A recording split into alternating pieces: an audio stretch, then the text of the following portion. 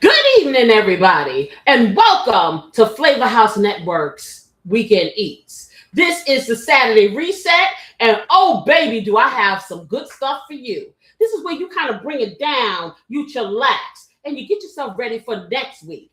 What we're going to be doing today for all you food lovers, we're going to be having some delicious smothered lamb, and it's going to be paired with, guess what?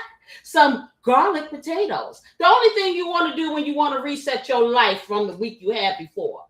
And that's not all. We have a lovely, lovely, lovely mocktail moment. Here you go, right here. And what is this, my mixologist? This is delicious. Oh my goodness. Right here we have the pineapple mango cooler. Mm. To make this, we need pineapple juice, mango juice, lime juice, a little splash of freshly squeezed lemon juice, sparkling water or club soda, user's choice, crushed ice, and fresh mint for garnish. This is everything, and it pairs really well with this smothered lamb. But we're going to be talking about some kitchen rhythm, as you well know. We're going to be talking about our sundown coffee, but the surprise is we're going to be finding out how to do some coffee mocktails here. And of course, hey, home cooking story time, getting all up in my business, knowing everything you don't need to know, put it that way. But this week we are celebrating Shaka Khan, all things Shaka Khan, because hey, she's a lady. What can I tell you? And if you looked at any of my shorts, I started you off with everlasting love, and I ended you with what? What do you think? Do you love what you feel? Because I want you to be able to feel this. This is home for the weekend. This is where you can sit back, not have to worry. Hey, we're going to have us a good time. Anyhow, I'm going to tell you what the ingredients are for this delicious meal, and then we are going to just get this party started. First of all, I have about 5 pounds of diced lamb. Now, I'm going to tell you like this. I had some lamb chops, a lot of lamb chops, as a matter of fact, and they were really, really thick. So what I did, I cut the meat off of them because I wanted this to be able to cook fast. You can use whatever type of lamb you want, but I'm going to tell you, if you get a lamb tenderloin, it's going to cook up really quickly, which is great. If you get the lamb chops, they're going to cook up really quickly, which is great. But if you get like lamb stewed meat, little squares, you're going to have to cook it about an hour and a half because that has tendons and things that takes longer to break down. But you can make this recipe with any of those things. It just may take a little longer. This is going to take a little faster. So this has been sitting in a dry brine. I put 8 ounce meat tenderizer on it, and it's been sitting in the fridge for maybe about 2 hours. I always use this as a dry brine because it really, really works with kind of tenderizing meat, but keeping it juicy. Now, when you use this does have a salt base. So if you are salt sensitive, you want to use this, go light on the salt. In any case, I have some garlic powder here. I have some onion powder over here. I have a little bit of cinnamon, and you're like, cinnamon, what you gonna do? You're not making, listen, trust the process. When you're dealing with lamb, a lot of people don't want to cook lamb because this game is, honey, the only game with this lamb here is how he trying to figure out not to get in my mouth, because it's nothing gamey about any lamb that I ever cook. You have to know how to season this stuff. So this is one of the things that will heighten the flavor. I have some coriander. That's another thing. Coriander really works well when you're doing lamb. I also have, what I don't have here, which I am going to get, is my rosemary. I have some crushed rosemary. It's actually powdered, and it really works well with lamb too. So I'm going to be doing that. I have my celery flakes that I love to use because I just love the flavor. I also have a little bit of cayenne pepper because we just like to spice things up. You don't have to use that if you don't do spicy. I have some black pepper. I have some smoky paprika. I have some minced garlic over here. You said you were missing one. And I am going to get my herbettes here. My herbettes are my friends. They are my Italian herbs, my basil, and parsley, and they're all in the other order. Parsley, okay, basil, and Italian herbs, okay. Parsley does have a flavor, and I will be using it in this particular dish, but I would like to use it just to garnish. I just, really just use parsley.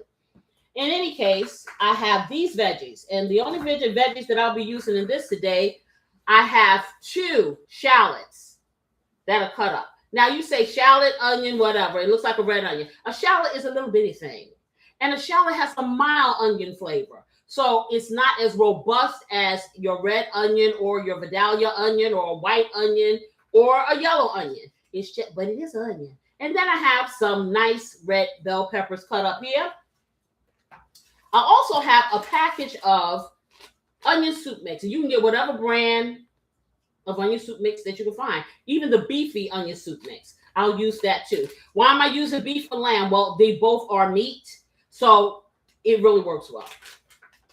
I have a little bit of salt because beautiful assistant has a salt fetish. And she's always, put some salt on it. Put some, yeah.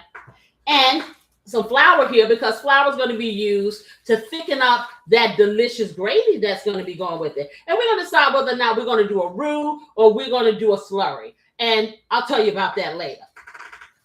I also have, y'all thought I forgot, didn't you? For those of you who don't know, I use this in everything. It is Casey's Blessing. And look at the bottle. It is now ready, guys. I am going to be sending out, taking orders actually for about 50 of these, my first little batch, in a week or so. And I will let you guys know. But this right here, hey, you use this, your food is going to be highly flavored with Casey's Blessing, for sure. And I know I've been talking about this for almost 2.5 years. I guess you thought I wasn't going to do it. Well, here it is. I'll be using that. And you can use as much of this as you want because there is no salt, no sugar, and you can do what? Make it rain. So I also have some heavy whipping cream for my potatoes. And I'm going to be doing a potato hack because I do the hacks. I'm going to be using instant potatoes. And I'm going to show you how to take those instant potatoes and make them into the most marvelous tasting garlic potatoes. You never know they wasn't from scratch. And I'm not telling nobody. So let's get over here. And as a matter of fact, what I'm going to do is I'm going to take this and I'm going to separate it into 2 bags because I want to season it in the bag. And there's a lot of this. So I don't want to take the risk of it not getting fully covered. So I'm going to put it in 2 bags. Let me go get another freezer bag and then we can get that seasoned. And here are my potatoes here. Just any old potato. It doesn't matter, whatever you got on sale. So let me get that here.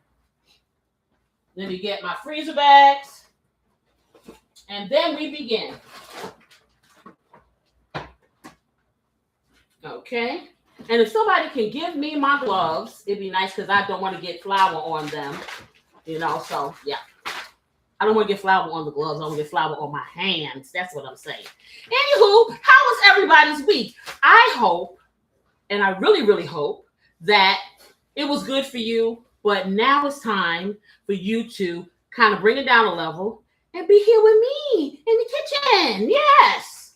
So I'm going to take my jewelry off and I'm going to put my real glasses on so I can see y'all. That way I don't season something that I'm not supposed to. How about that? Okay, let's put this here. Let me get my glasses, the real ones, so I can see. I can see clearly now. Yep. And I can see this meat. That is what I'm going to do. So, okay, that's better. All right, y'all. Let me get this in here. And I'm just going to take half of this and put it in the other freezer bag. Okay. Hey there, my friends. How are you? Let's get that all up in here. And I'm going to do it real easy so I don't make a mess. I'm just putting half in here just like that. You see that? I didn't even touch it. Now I have a little in here. Well, I have a little more than half in here, but it's still enough space for me to do the seasoning I want to do. And then I'll put it all back together. So what I kind of do is kind of press it down so the bag can stay open like this. And then I just season it. And it's no particular order in which you're seasoning. You just put the seasoning in. So I'm going to start with a little bit of this rosemary. So I'll do about half a teaspoonful of rosemary in each one of these bags. And I'm going to be careful because this rosemary has really big holes in it, so I don't want to put too much. So about a half a teaspoonful. Thank you very much. And I got my gloves and a half a teaspoonful in this one. So, whatever I do in this bag, I'm doing that bag. That's how that works. Okay, so the next thing I'm going to do a little coriander. And that would be a quarter teaspoon of coriander. And mind you, I got about 4 pounds. If you got 1 pound, of course you're going to put less in there. Unless you just want it really, really seasoned with this stuff. But you're not going to put all of that in there. So the next thing that I'll do, I will hit it up with my garlic powder. And all of these are going to be like, the garlic powder and the onion powder will be a half a teaspoonful, each one. And you're like, why are you putting this garlic powder in here? Because garlic powder has a whole different flavor than minced garlic. It really does. So let me get that. Let me get my onion powder. Just get that in there. And let me get the cinnamon. Now, this is where the cinnamon comes in, y'all. You don't put a whole lot. You're going to put about a quarter teaspoonful of cinnamon, even an eighth. I would say an eighth in each one of these. So just when I say a sprinkle, just a sprinkle. Just like that. Okay? And then I'm going to put a little bit of cayenne in here. You don't have to. I'm just going to just a little sprinkle. That's it. It's such a small sprinkle, so it's not even a measurement for me. I'm going to take my pepper. Pepper's going to be a quarter teaspoon. And get that in both.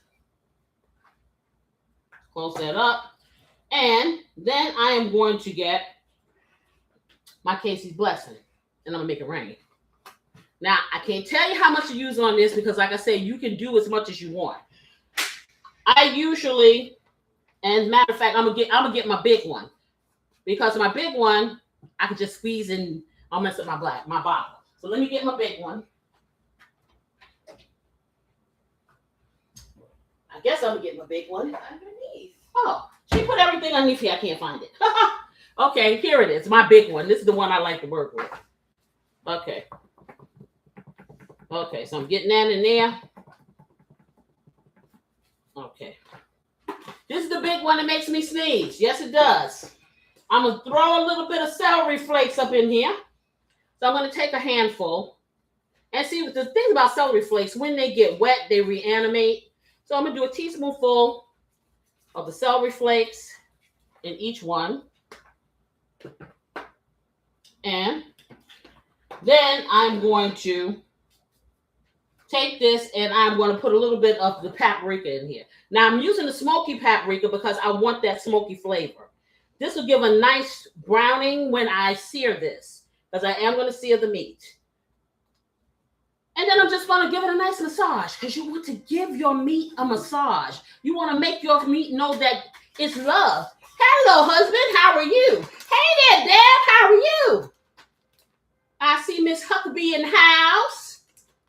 For those of you just coming in, I'm seasoning up this lovely, lovely lamb. And with Easter coming, this is a good recipe that is quick, is easy, and appropriate. So, you might want to jot that down. Or look at me now, or whatever you want to do. Okay, so I am massaging all this in, and when I finish, every piece of this meat will be kissed. So that is the plan. Okay, and this is looking really good. I do the other one. And all you're doing is just kind of moving it around and making sure that all of the seasoning is where it needs to be.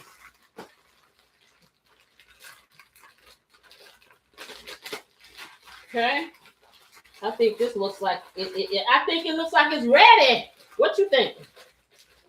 Okay, what y'all think? Okay, what I think is I got Shaka running. Oh, what I put in here, Deb, I put in, Casey's blessing, some paprika. I put in rosemary, cumin, coriander, pepper. I put onion powder, garlic powder. I put some celery flakes in here, and that's all. And of course, I said the Casey's blessing. And so now you know what I'm doing. You know what I do. I massage the meat. So I'm massaging the meat. But I got 2 bags here because I had so much meat. I didn't want to crowd it. And I wanted to make sure that it was fully coated. And you know I'm not trying to get my hands dirty. You know. And that's that. But anyway, so like I said, this week, every week I've been doing a different artist. Last week it was, oh my goodness. The week before last, actually, it was Earth, Wind, and Fire. Last week it was the Commodores. This week, the week before that, it was Rick James. Just like whenever I hear an old song or whatever, I'm like, ooh, that music will be good to cook to. And this week was Shaka Khan. And I really, really like her music, and I guess I was inspired because on YouTube, Do You Love What You Feel has been playing like crazy, and it just kind of stirred up some moments. So I decided to dig into my Shaka collection because I do have one. But see, I'm the big ballad person for real. I like ballads. So, of course, the very first one that I ever heard that she did is when she was with Rufus, the group Rufus. And what was that song? Does anybody know the first song? Well, I don't know if it's the first one. It really wasn't because it was Everlasting Love, I think. But the first one I remember, okay, that was really, really popular. Does anybody know what I'm talking about? I'm going to give y'all a moment there in that there chat. And for those of you out there in YouTube land, think about it. What was a very popular Shaka Khan song? Yeah, she guessed it. Okay, she guessed it. I know they was over there. I know they were over there. They were over there Googling that. Yes. Okay, I bet you don't know what it sounds like. Sing it. We can't hear her. She way over there. It's cold, so I can have another moment like the last Okay, one. yeah. Yeah, she's coming home. Right on. That was so funny, man. We got to do a rewind of that one. I'm still laughing. That was too funny. Anyway. No, I did not add any oil. No oil at oil. Not oil at no oil at oil. No oil at oil. What I'm going to do, Deb, you know that I'm going to sear this in some bacon fat. But you can sear this in a combination of, you want to use olive oil, you can put it on first. Yes, you can. I prefer not to do that with this because my stuff has been sitting in the meat tenderizer. So I just want everything on there like a dry rub.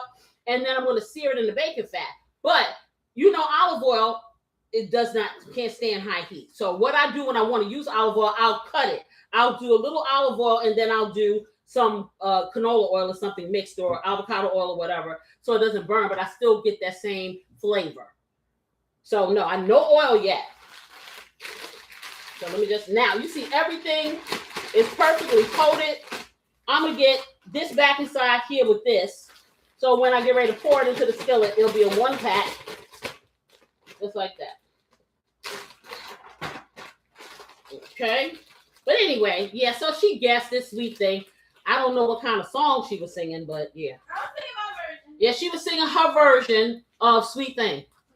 Okay. I want y'all to erase that version out your Erase that one. erase that version out your memory base. Erase that version out your memory base. Okay. But that was the song. What year did it come out? Because I was a kid when that song. I think it was 70. I'm gonna guess 74. I'm gonna guess 74. Okay, I'm gonna put this back in here.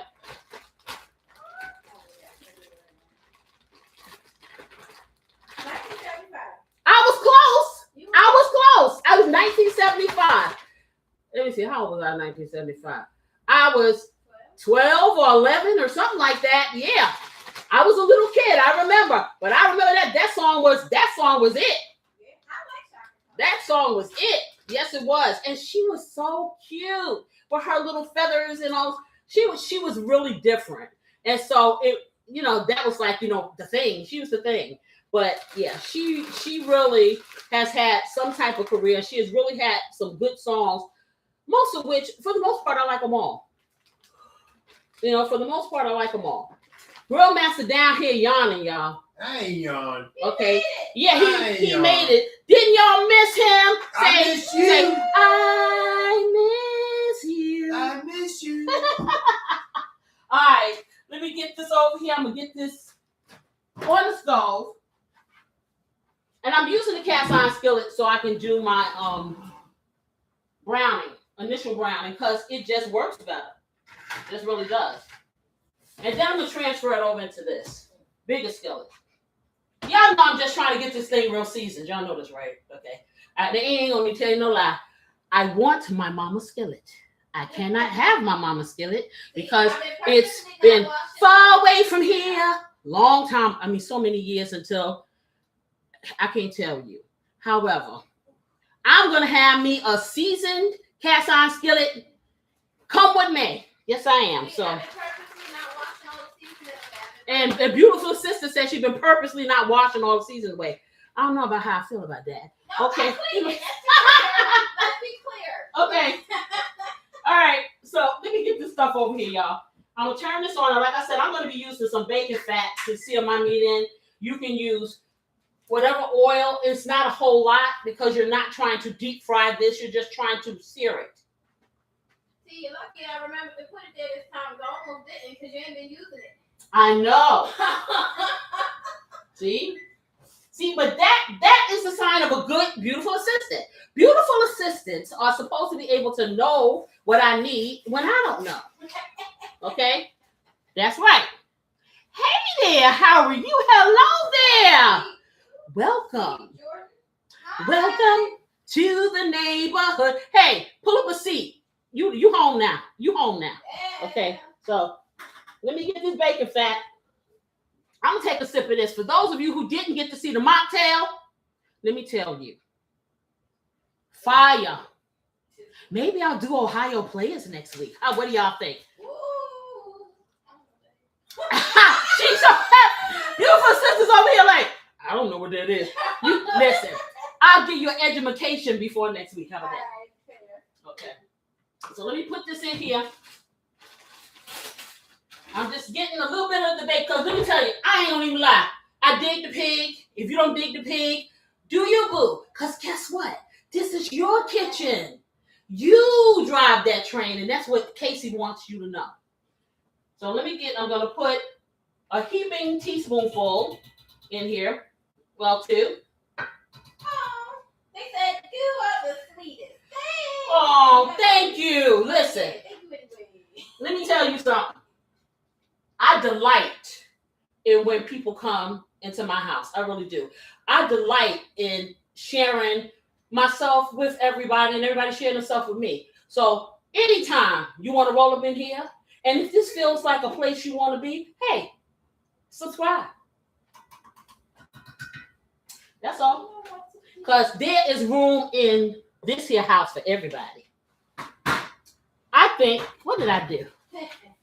Oh, I thought I had spilled some bacon fat on over here, but I wasn't even over here. That was a piece of tissue.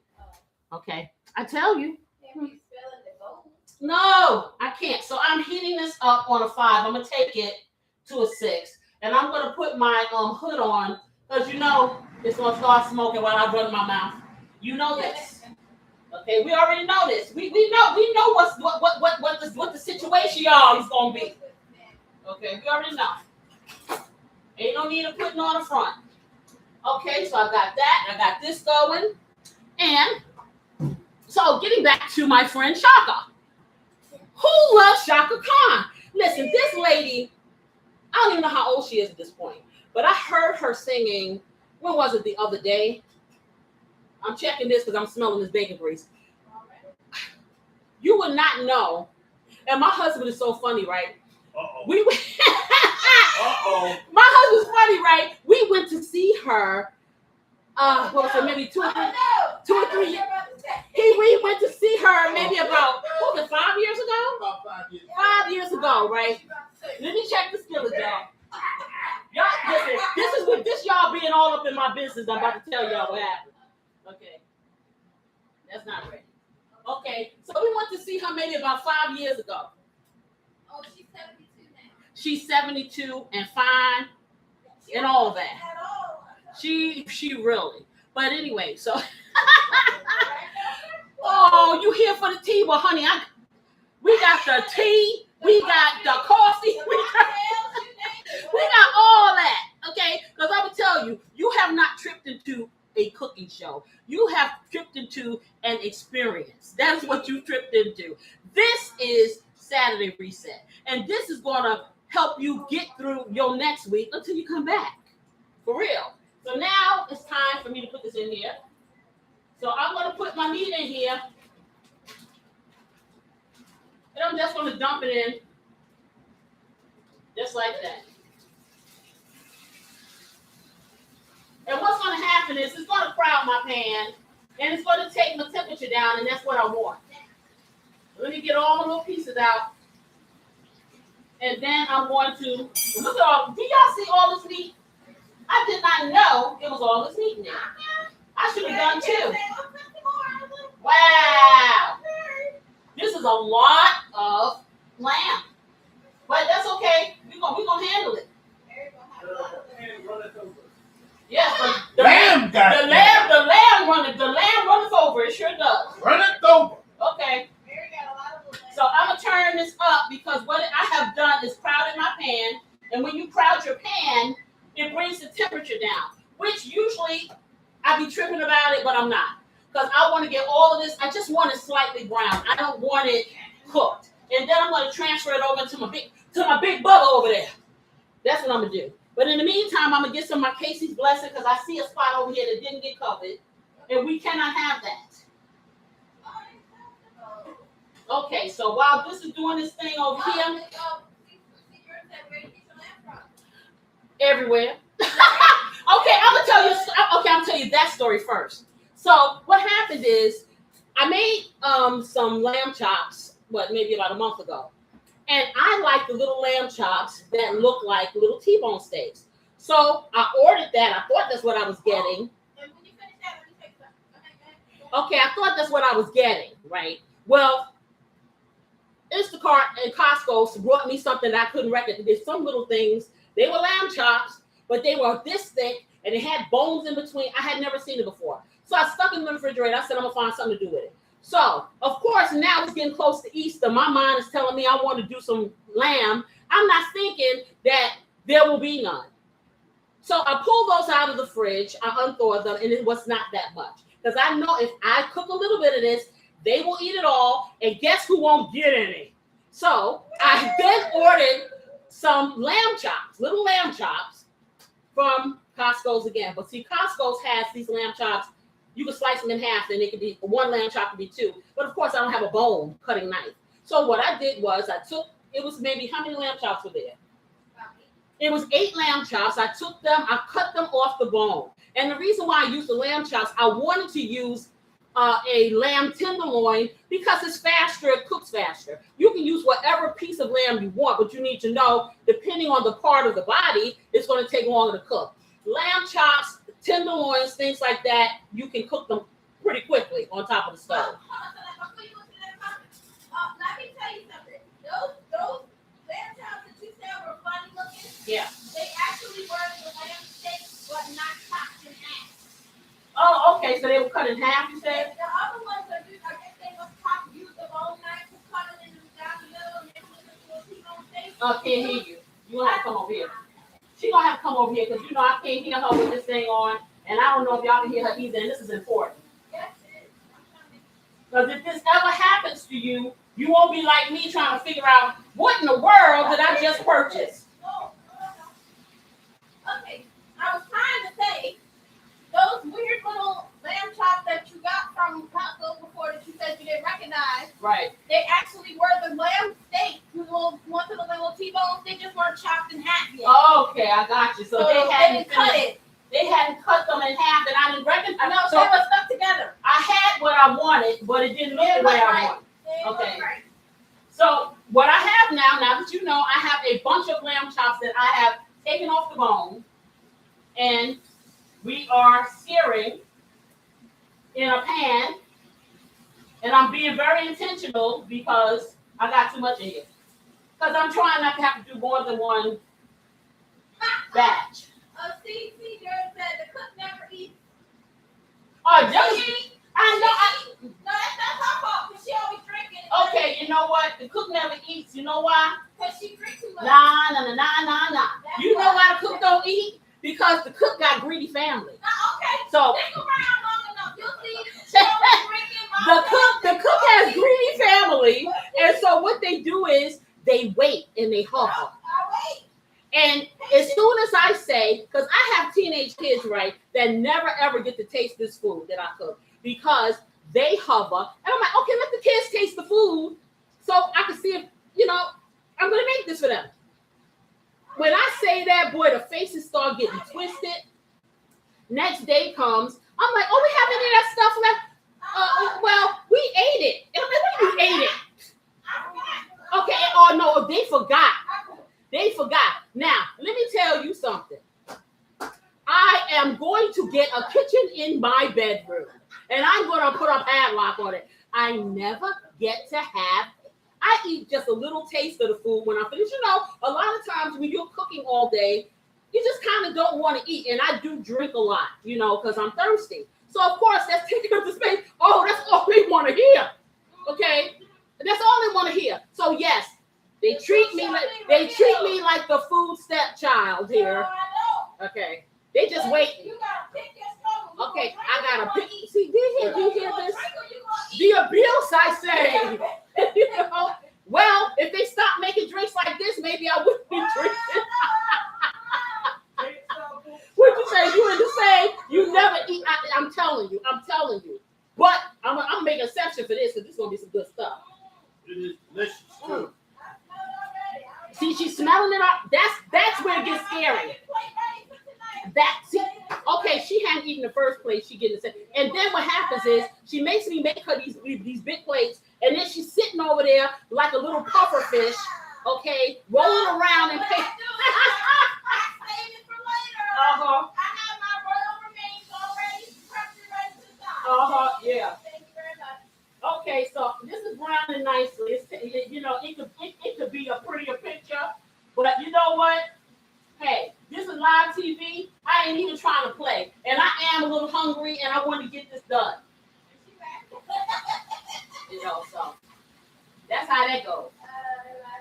My thing is to get it all nice and brown, just like I want it, and it's happening. Yes, it is. All right. See, and I had another. See, what she likes to do, y'all, is to get me off track. Okay, yeah. But I didn't forget because I started the story about my husband and Shaka Khan. Okay, so y'all thought I forgot. I didn't forget. Honey, this mine is like a steel trap.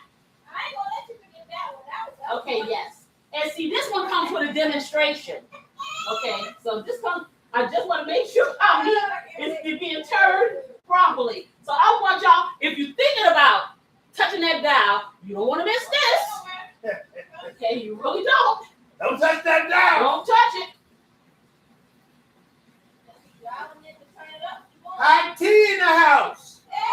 Okay, so I think I got a quick minute, right, to tell y'all about this Chaka concert. Hey, T, how are ya? Anyway, so maybe about 5-6 years ago, we went to see Shaka Khan. Well, where my husband works, we get tickets right up so close to her you can touch her. Okay, for $3.99. Yeah. So we're sitting in the audience. Shaka comes on, and she starts singing "Everlasting Love," and that was fine. And then she started singing "Ain't Nobody." Yes, free 99. That's what I'm trying to tell you. Everybody free. But that's a whole nother story.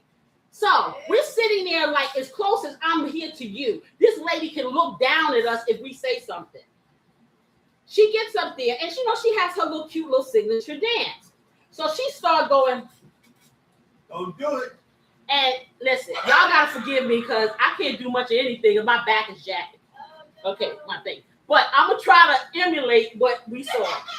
Okay, so she said, Ain't nobody. She did some thing like this, and she was doing this thing here. That is the signature. Oh, now hurt my back. That's the signature there. Lord have mercy. My husband opened up his mouth. He said, now we close enough for this lady to hear us. What in the world is that? What kind of dance? I'm like, if I could have got shorter than my little 5 feet and crawled on it, because that I could have swear that Shaka Khan turned, yes, he did. And I could have sworn she turned her little head and she did her little, she did it again. I said, oh, Lord. Yes, and then he started copying her. I'm like, no, he did not. Yes, the grill master did it. Yeah, he did it. I swear, I will never forget that moment. I wanted to crawl out of that doggone place. I swear, because that lady, she knew she was doing her dance, and then here he come blowing her spot. I'm like, oh my goodness. Wasn't no filter, no nothing. It was just like having a small child there. You know, little kids just say so. It was hilarious. Yes, that's my grill master. No filters. Oh, don't go there. No filters, even for the celebrities. So, because this is how we feel. They people just like we are. And so that's how he rolls. So we're not starstruck. He's like, okay, what is she doing? What is she doing and why? You know? All right, darling, I got one on you too now. Nothing on you. I got one on you What too. you got? What you got? I remember the time we went to Atlantic City to see Gladys Knight. Yes, and I sang with her. And she walked through the tables and you, oh, Gladys. No, you're a okay. No. Yeah. You know he's trying to one up me. He is telling the other Gladys truth, is y'all. your idol. I love Gladys Knight. And yes, I will go into a Bally's any day when she back in the day, an intimate setting and sit there and sing neither one of us with her. I am never ever that lady walked through that stage. She never got off the stage. And he's fibbing because no, she did not. Her and Dionne Warwick and Patti LaBelle, and Dionne Warwick were sitting up front. She was on the stage, and when she started singing neither one of us, yes, I was moved and I sang it with her. But trust and believe, sis don't jump on nobody, okay? And I don't tell them how to dance or sing. Embarrassing in front of the queen. Yes. Yes. In front of the queen, yes. What queen? Which one? Because both of the queens. Are you talking about Shaka or Gladys? Because see, Casey didn't do that to her girl. You still talking about Shaka? I bet you right now, if somebody was to get Shaka on a talk show and ask her what was one of her most what her most memorable moments, and see what I would do, Shaka. He liked you so much until he wanted to learn how to do your dance. Yeah. What? Come on, I'm trying to save you. Exactly. I didn't do that to Gladys. Listen, I am a Gladys Knight fan from, put it this way, I've been singing Gladys Knight in every single song that she ever wrote since I can't remember who I was. I was singing songs that I didn't even understand, but I love her, you know, to this day. But I would never jump all over her. And you know why? Because like I said, I think it was last week, I see celebrities or people who are in the public, just like I see you, me. Hey, I got a regular job. I just come here. I like to spend time with y'all. You know what I'm saying? That does not shouldn't make me a target. Now, what I will say is this. When you are out there in the public and people are influenced by you, you need to step lightly and be mindful and intentional about how you carry yourself, because people look up to you or revere you. Not because you wanted to, because it's a job. And for me, entertainment is just like me sitting here cooking or going up to my job that I do every single week. It's a job, and their job is to entertain me, and that's all I want. I don't need to know about their lives. I don't need to know about their woes. I don't need to know that they got a bad back. I don't need to know all those things. If they reveal it, hey, I'm going to feel the same compassion that I feel for my next door neighbor. But the point is, I don't feel that I have the right.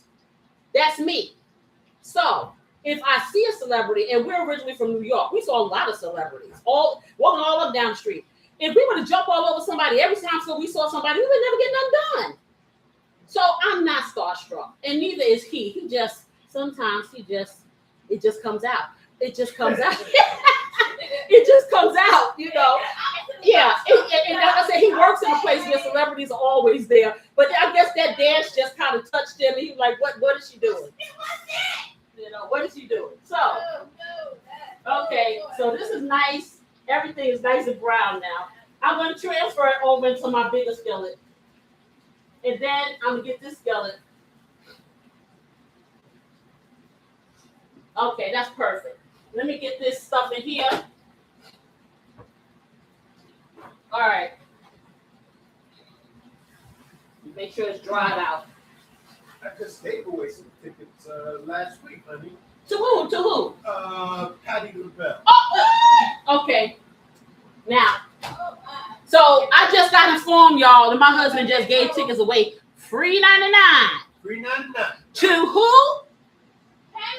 Somewhere over the Patty LaBelle. Free, y'all. Free. Okay. But anyway, yeah. So he can see whoever he wants to. Do we go that much? No, we really don't.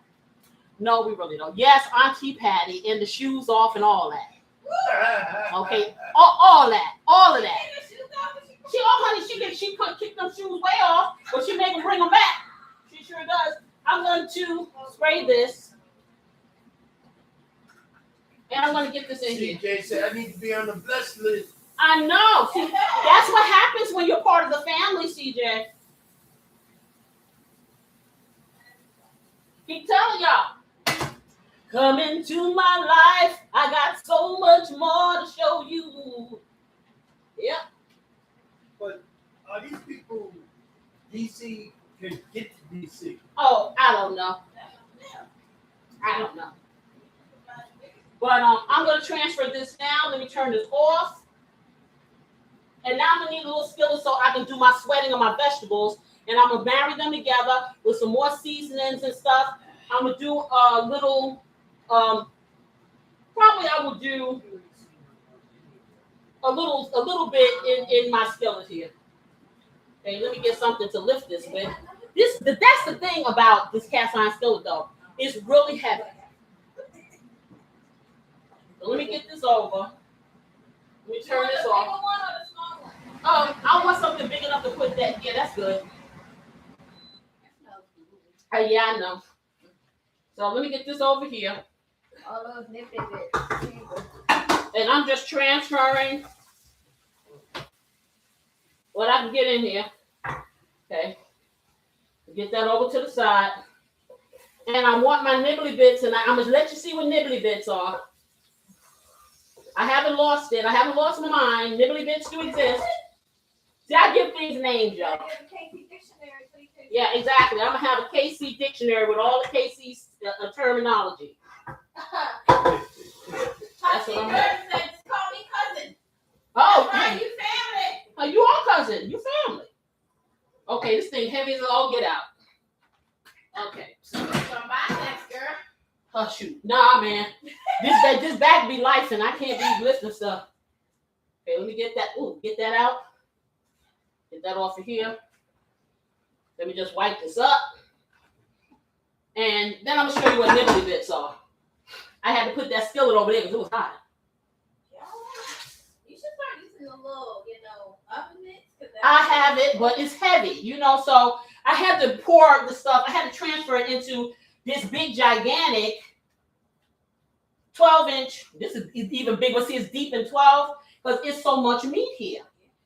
So I had to do it. I just had to do it. Okay, so now this is over here. And I'm gonna put this over here, and I'm gonna let y'all see what it looks like after you sear it. There's a lot. Okay, so let me just clean that up. I tell you, wish you had smell-o-vision. This smells delicious. Okay, so this is what it looks like, all that meat when you sear it. But you're not done yet. So what I'm gonna do, you can do several things. It depends on how fast you want to do it. and what direction you want to take. So I'm gonna give you a couple of hacks. You can get any old kind of beef gravy, right? And you can take that beef gravy, get in a skillet, season it up with all your seasonings, put your butter in there, and you do something called a slurry. And a slurry is about 3 tablespoons of flour mixed with some beef broth, room temperature. And you want to mix it until it's smooth and there are no lumps. You want to season it up with whatever seasonings you want to season it with, your slurry. You have your already prepared beef gravy, some no-name brand with no flavor. You season that up with your butter. Turn it on a low simmer. As it gets hot, you pour a little bit of your slurry in until it thickens. There you have the perfect brown gravy. You take that, you marry it with your meat, and then you do your smother. That's fast. Or you said you never thought about putting beef. Yes, because what it does, people always tell you that when you do a roux or you're using flour, make sure the flour is cooked well so you don't taste it. Let me tell you something. I can do a 2-minute slurry. I could cut, and that's what I'm gonna show y'all today. I was gonna do the roux, but why do that? I'm gonna do a slurry. I'm gonna do a slurry with some beef broth in this, and this is gonna give me the same gravy even more, and it's gonna be quicker, faster, more efficient. And that's what this place is about. Weekend Eats is about getting the food that your mama, your grandma used to make, the stuff that you want to eat when you got that time to cook, but you don't want to spend all that time to do it. So we learn different hacks to get the same effect, or as I say, I Casey-ize everything. So let's get this over here. I'm going to show you guys what nibbly bits are. I'm going to get my vegetables in here and I'm going to steam them. Let me get this over here. Let me see if I can lift this skillet. Yes, I'm a roux girly. My mama from New Orleans, she make a roux. Exactly. I know that's right. Right. You know what's up. So then you know what nibbly bits are. That's the nibbly bits. And you usually will use this to help make your roux. I don't have to do that because I'm doing the hack. But trust and believe, Casey knows how to make a roux with the best of them. Okay, so let me just get that over here. All right, so for now, what I'm going to do is I'm going to... Ooh, Auntie Pam's in the house. She said, girl, I'm loving your hair and your outfit. Hey there, my sister. For those of you just popping in, y'all got to do this. Ask the mixologist to tell you what the recipe is. If you drop in the comments and say, I want the recipe, then I will have him put it in there. Okay? Now, what I need is some more cooking spray. So let's see. We got more. It's very little. So let me see. Okay, let's see what we got. So I'm going to have to use a little bit of oil. Well, you get lots of compliments on your dress. Oh, thank you. Listen, y'all, I'm gonna have a whole line of moo-moos because I'm gonna tell you like this: just because you're in the house, don't mean that you can't beautify yourself. Okay, and I work from home. I'm here with you guys, but I feel like I don't want to come up here looking all toe up for y'all. That's not fair. If you come to my house and you visit me, I'm not gonna greet you at my door toe up. I'm old school, straight up. You know, so I'm not gonna be like I'm in the street, but for real, for real. I think everybody should be their form of presentable. Be at your best always. Be at your best always. Even if you don't feel like it, because sometimes if you try to be at your best, it'll lift your spirits. It will. And I fight to do that because when you are at home all the time, you can get lax, for real. So you never know when you're gonna get hit with an impromptu photo shoot. Oh yeah, she said she never know when I'm gonna get hit. I'm gonna get hit with an impromptu photo shoot. Really? Come on, y'all. I don't even want to take a selfie. I don't even want to take a selfie. You stay ready, we gotta get ready. Okay. That's true. That is true. Okay, so I'm turning this and I'm gonna put it at a 5. I'm gonna let it heat up a little. I'm gonna put a half a teaspoonful of this vegetable oil. They still have not got my canola oil at the store. I am so livid. Anyway, I'm gonna go to another store. Okay. Jordan said I have a good chicken fried moo-moo. Hey, I feel you. listen, I'm gonna make a moo-moo commercial. I'm gonna rent a little baby. I'm gonna get a little baby, and I'm gonna get little baby moo-moos, and I'm gonna have man moos and teen moos, and everybody gonna parade. Oh no! Yes, and everybody's gonna be in matching moo-moos. Oh Yes. no! Okay, I think I'm gonna have a T-shirt, the Moo Moo Club. Oh no! Okay, yes, and we ain't talking cows.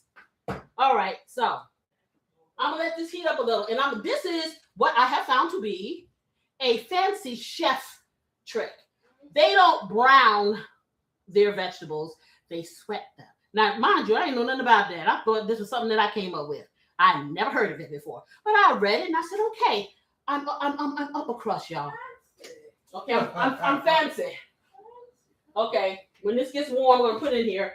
And what happens is when you sweat your vegetables, the same way that you see them there, they will look that way when you're finished, but they are softer and more pliable. But you still get the texture. My question is there situations where you would want your vegetables brown? Well, yeah, when you are making a char, yes. When you are like say, oh gosh, let me tell you, my son's 18th birthday was Wednesday, the day after what's that day? St. Patrick's Day. So his request from me were these breakfast burgers that I made. Oh goodness, several months ago. You have to check my channel. They are to die for. I didn't know he liked them that much. He wanted me to make him this breakfast burger, which is like the most delicious thing, and I have a special sauce that I make. And he wanted me to make him some Cajun fries, from scratch. Well, I ain't cutting no potatoes up, but I did my hack on that. And yeah, those burgers it was all that. If I had a restaurant, trust me, that was a $16 burger, and it was worth every single bit of it. And I would make them again. Y'all need to go to my channel and make that burger because it's for life. My sister was over here. She's in the chat right now. Tell him, sister, was that not the truth? That was the okay, truth. Was that not the truth? But I made the burger for him because that was his request, and he was the happiest thing. You could have thought I made him a T-bone steak. He was so happy. Okay, I'm gonna take this up a little bit. Now, when I put these in, so what I was saying is, these are shallots, and I'm using shallots because I am really trying to feature the flavor of this lamb that I am enhancing. As I said, I use Casey's blessing on everything since I created it. It's been almost 3 years now since I created it. I don't use anything else. I do use some other little seasonings, but that's the base for everything for me. If it's Casey's blessing is not on it, you can tell because it's not it's not a seasoning, it's a flavor enhancer. So what it does, if I put it on the egg's going to still be the egg, but the egg is going to be lifted up. If I put it on the steak, it's going to be lifted up. You are not going to know that, or like with Lowry's, you got Lowry's on the steak, Lowry's on the egg. It's not that kind of party. Something else I found out that I stumbled upon and created a high-level food enhancer. These are things that chefs want to do too. Hey, maybe I was a chef in my former life. How about that? Yeah, right. Anyway, so I'm putting this in here. And I'm just going to... And Auntie Pam said 2 things. I want the recipe, number 1. Which one? I'm assuming to that... Are you talking about the hamburger? The hamburger. All you got to do is go on the channel. It's right there. It's already there. And then she said those are not moo-moos. They are caftans. Okay. It's like it's the moo-moo element. Okay, it's the moo-moo element, but bougie moo. How about that? Oh, no. Okay, it's a bougie moo. So I got the onions and peppers in there, and now I'm going to hit it with my seasoning. The key to good food is flavor. So I'm going to tell you like this. When you dress, you put on several layers of things, okay? And that culminates your outfit. It's the same thing with food. You have to flavor each thing so they can have their own identity because everything wants to be seen.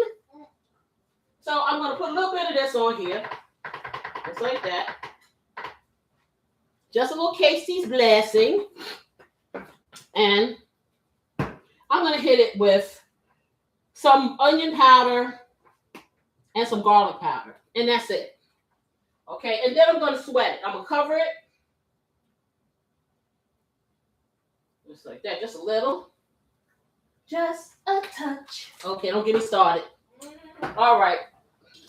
If you don't know me by now, If you Because I can't. Here she go. Okay, if y'all don't know me by now, you're just coming up in here. I like music when I am cooking. Of course, I don't have the ability to have the copyrights for all the music I like. So you will have to suffer through me bursting out in song and melody every now and then. I'm just telling you. And now, beautiful assistant. Okay, but hopefully she won't sing, I'm going home. Oh, no. Yeah, hopefully she won't sing that. It's good. Okay. I'm still waiting for my people. See, y'all got to tell me if I was going to hear that. Nah, listen. Go back to that one. Listen. I need y'all to go back and let She me gonna know. make me make a short, y'all. Yeah, make it. Okay. Yes. What do you mean know the mocktail recipe? Oh, yeah, the mocktail recipe? Oh, good. Then you better put it in the chat. The mixologist got to do his thing. See, what I'm trying to get him to do is I'm trying to get him to culminate all of his mocktail recipes. We're going to do that And- this weekend. Two nights. And then we will have them available in my store, and you can get them. Yes, we will get all the recipes for y'all tonight. Because I'm telling you, I feel like I live in a resort. Because he be doing the thing. Yes, he do. Yes, he do. Yeah, he be doing. You don't have to leave your house to make yourself feel good, for real. And that's why I said, let people know that this is a place where you can come, kick up your heels. You don't have to say a word. Just hear the melodic sounds of me never shutting up. You know, yeah. You know, so I don't know whatever kind of lives you ever attended before, okay? But this is something totally different. So tell your friends, because one thing about it, I love family. I love people. I love having you here. I look forward to this every single week. I don't care how tired I am. I have not had sleep in 3 days. I don't care, because this fulfills my cup. And I hope that it does the same thing for you. If you missed it, you better come back and see it all. Because I am telling you. She said, I will come back so you can cook that delicious breakfast burger. Oh, man, listen. All right. And if you have something you want me to cook, I'll cook it. I'll KCIze it.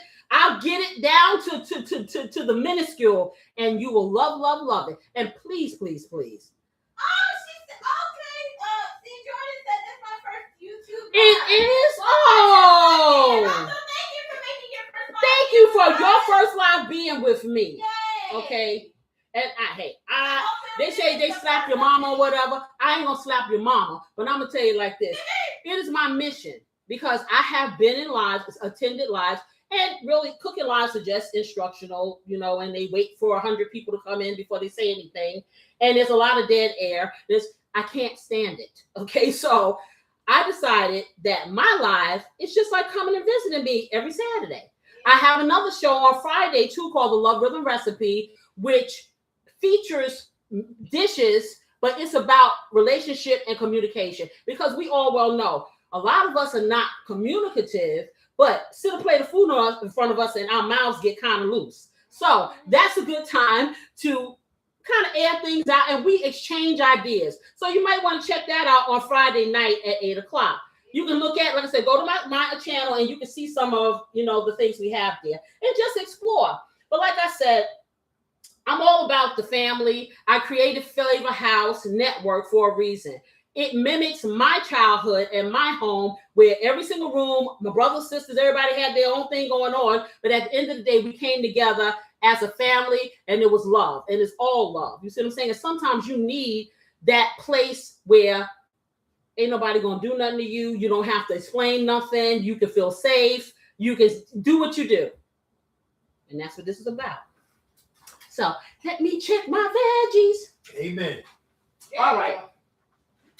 Okay, so I'm going to turn it down because it's up a little high. I don't want... Oh, and beautiful sister asked me something about what if people want to brown their vegetables. Okay, yeah, there are times you want to brown your vegetables. It's like, that's where the burger thing came in. On this burger, I have the most delicious caramelized onions on this burger. So yes, you want to get a little brown on that. You want to season them. You want to caramelize them. Okay, when you are doing something like you want to fire roast or to sear or something, like that, you get it. But for this right here, I don't want that, because when depending on how you cook something, that is going to determine the taste. And this right here, I don't want my vegetables to be the star of the show. I want everybody to have equal footing. That's why I have not put the garlic in yet. You're going to see what I do with that. So, anyhow, I went all the way left field here because I told y'all all my business. Okay? I told y'all all my business. Let me get this here. Let me just stir that. Yes. But like I said, I was saying this yesterday that I never thought I'd be on anybody's social media, not me. You talking about somebody that repels social media? Like it was a bad tooth. Okay, for real. How crazy was I? It's like I was missing out. I started this journey in 2023. My very first show was all recorded, called Home Cooking with Casey Lloyd.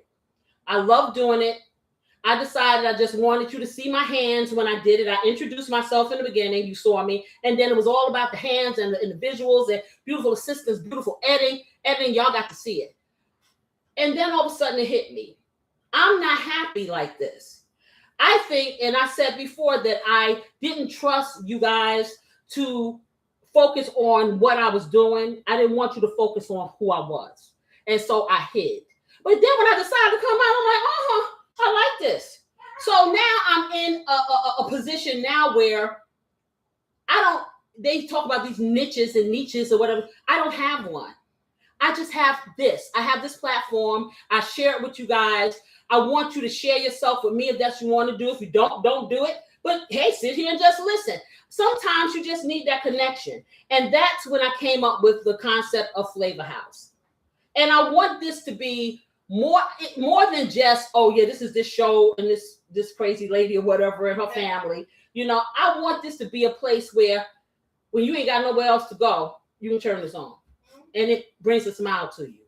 Makes you laugh. Okay? Makes you think. Let me read this to you real quick. Because C. Jordan said you were suggested to me. Really? Live. And she said, and when I watched a replay from last week, it was like getting a big hug. Oh. So I had to watch live. And she said, love is your niche. Oh. You gonna make me don't listen. I haven't cried on this show in how many months? You gonna make me cry. Don't do that. Go back up, tear. Back in the tear ducts. Back in the tear ducts. Oh. For you to say that to me for real, then I know, because like I said, for me, it's like if I touch one person, it matters to me. I'm not going to sit here and wait until 500 people join my live before I start doing something. If there's no one on that screen, I'm going to turn it on. Maybe a few minutes late, okay? Because it's hard getting up and down them stairs. I should have bought a rancher. Anyway, but I'm just going to be here for that one person. Because when somebody comes to your house to hang out with you, do you sit and not open the door until you got 50 people or all the guests are there? Do you not open the door for people until all the guests come? No. They come in, what? One at a time. And you welcome them and you treat them like they should be treated. Okay? And that is what you get here. And if that's the vibe you want, hey, like I said, come into my life. I got so much more to show you. Yes, I do. Okay, so. See, Jordan said my door stay closed if it's too many people. Virtual high five. That's me all day. Like, look, too many.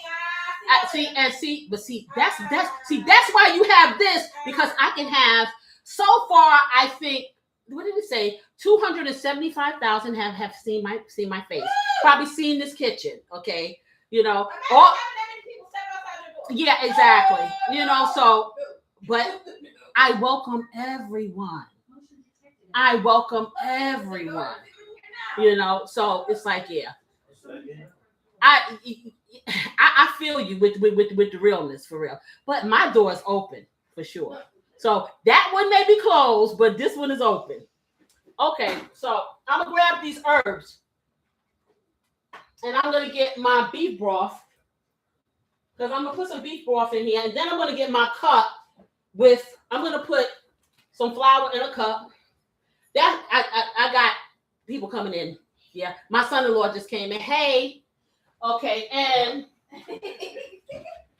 just talking about your I'm gonna make the slurry. I'm gonna make the slurry. Yes, I am. Okay, so let me just make the slurry first, because I need to get this meat cooking. So what I do is I put about 3 tablespoons of flour in this little cup right here, just like that. And then, just like we do when we cook chicken or anything like that, and they tell you season your flour, season your flour. That makes sense, right? So the first seasoning I'm going to do what? I'm going to make it rain with the Casey's blessing. And it's going to rain and rain until, what's that thing they say to your ancestors say stop? Well, if I wait till my ancestors say stop, I probably have to make another bottle. So we're not going to do it like that. However, I got this. I'm going to do some onion powder. I can't say hospitality is truly one of your gifts. Oh. No. Okay, I'm going to put a little bit of this ground rosemary in here. I am going to put a little bit of pepper, and that's it. Okay, so now I'm going to get my nice little plastic fork, and I'm going to show you what you do. You want to do this at room temperature always.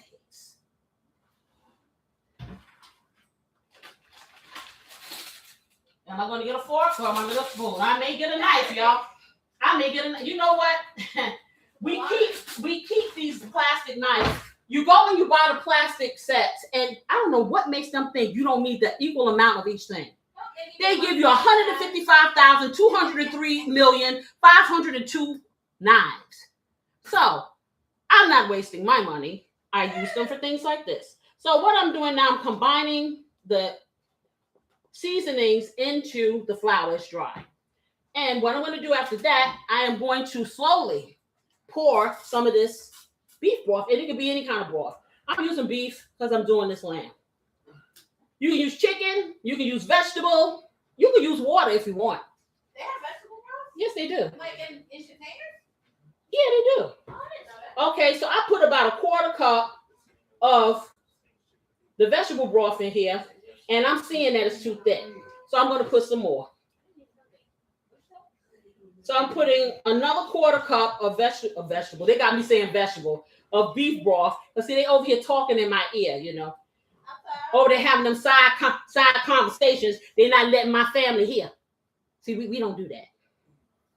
Mm-hmm. We talk about the different types of They talk about all the different types of broth. Do we need to broadcast that? I know that Well, if you ask, listen, y'all, if she asked the question while my company is here, then yes, we're gonna broadcast it because we don't have secrets up here in the Flavor House. And that's the truth, because in my real house, we didn't have any, please. It's like, they call me the historian of the family. Because I was that little kid that was sitting over in the cut hearing all the grown folks' business. Okay? And keeping it in my memory bank. You know, so, yeah. Okay, so let me see. I'm just making sure that this is smooth. Now, I'm going to tell you like this. You want to be very mindful when you put this stuff in, because it can do one or two things. It can lump up on you, and then you're going to have to, you can have little dumplings. Okay. And they some flavorful dumplings, but you don't want you don't want the dumplings up in there. I ain't going to even lie. Okay. See, I have to tell y'all the truth because this is live. Okay. This is why I'm saying people are afraid of cooking. They think that everybody can cook. Okay. It just takes being intentional and doing it. Doing it till you're satisfied. Yes. Yes. Whatever it is. Yeah. So like I said. See, Jordan said me too about the being the grown folk business. Child, let me tell you. I could tell them their business better than they could tell it themselves. That's not good. Okay, I should, but I never opened up my mouth until I got to be a grown-up, and everybody's like, I don't remember anything. Well, I remember everything. Now she's a book of stories. Now I am the book of everyone. I remember, and it's like the older I get, my mind gets clearer. It's like whatever compartment that people don't use, that just opened up like the Library of Congress, you know. And I see faces, and I see people, and I see things. And I turn to my husband, do you remember this? And he's like, uh-huh. I say, you don't remember nothing I'm talking about. Okay. And then my sister says that I got some kind of special powers because I remember. No, I just remember stuff. I really do. I remember it. I remember when I was 1 year old. Clear as day, just like I'm sitting here in front of you. What I looked like, what my house smelled like, everything. The fact that I was 5 years old and making coffee and my favorite sandwich, bologna with relish and mayo. Yes, 5. While my father was supposed to be watching me, he was watching the inside of his eyelids. And I was watching the test pattern because TV didn't go all night back then. But I like how I made coffee, I don't know.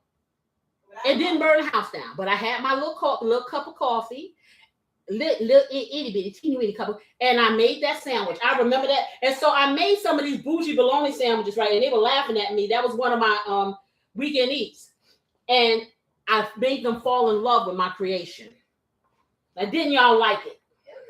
Okay. So from the time I can remember, I was probably in the womb cooking stuff. That's probably why she had heartburn all the time. Because I was in there cooking. I'm telling you. So this is what you want. Your slurry is going to be just like this consistent. It's consistency. And you're like, it's loose, but it doesn't stay loose. So I got this on the side here. Let me bring this over here. Let me check out my vegetables. Get it over here. And I'm going to show you what I'm talking about. Now, you see, they look like they haven't even been cooked, but they're nice and soft. I'm going to get them over into my pan. Just like that.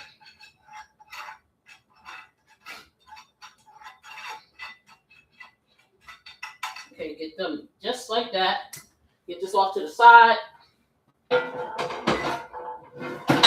Okay, and then I'm hit it up with my herbs.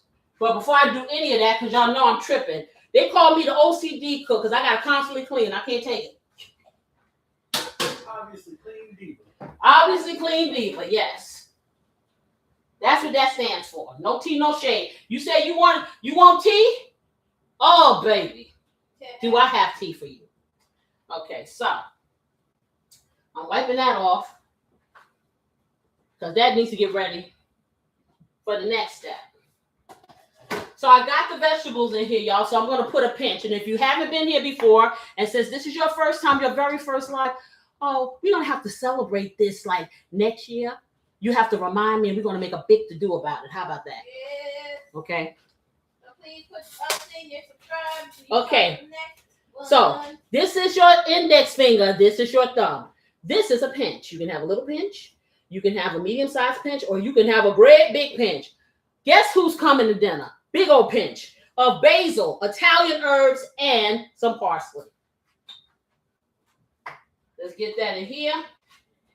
Pinch. Okay. Oh, this one's not even open yet. Oh, my bad. That's okay. I love these because they stay fresh for about a month. Pinch of the basil. And a flavor and aroma is all that.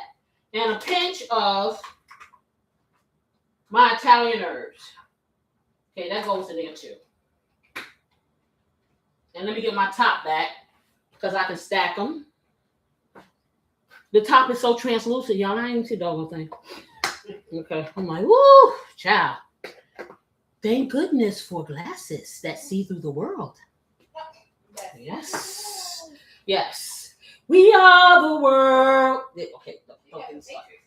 Okay. Listen. Okay. Don't be adding to the drama. Okay. So I'm just kind of mixing this up in here, y'all. Just like that. And then I'm gonna let y'all see what it looked like at this stage too. I'm being so generous and letting you see stuff. Okay. So here we are. All right. So we ain't done yet. Okay. So we got our stuff in here. We're going to take a little bit. We're going to do a half a cup of the beef broth because I want to start building my gravy.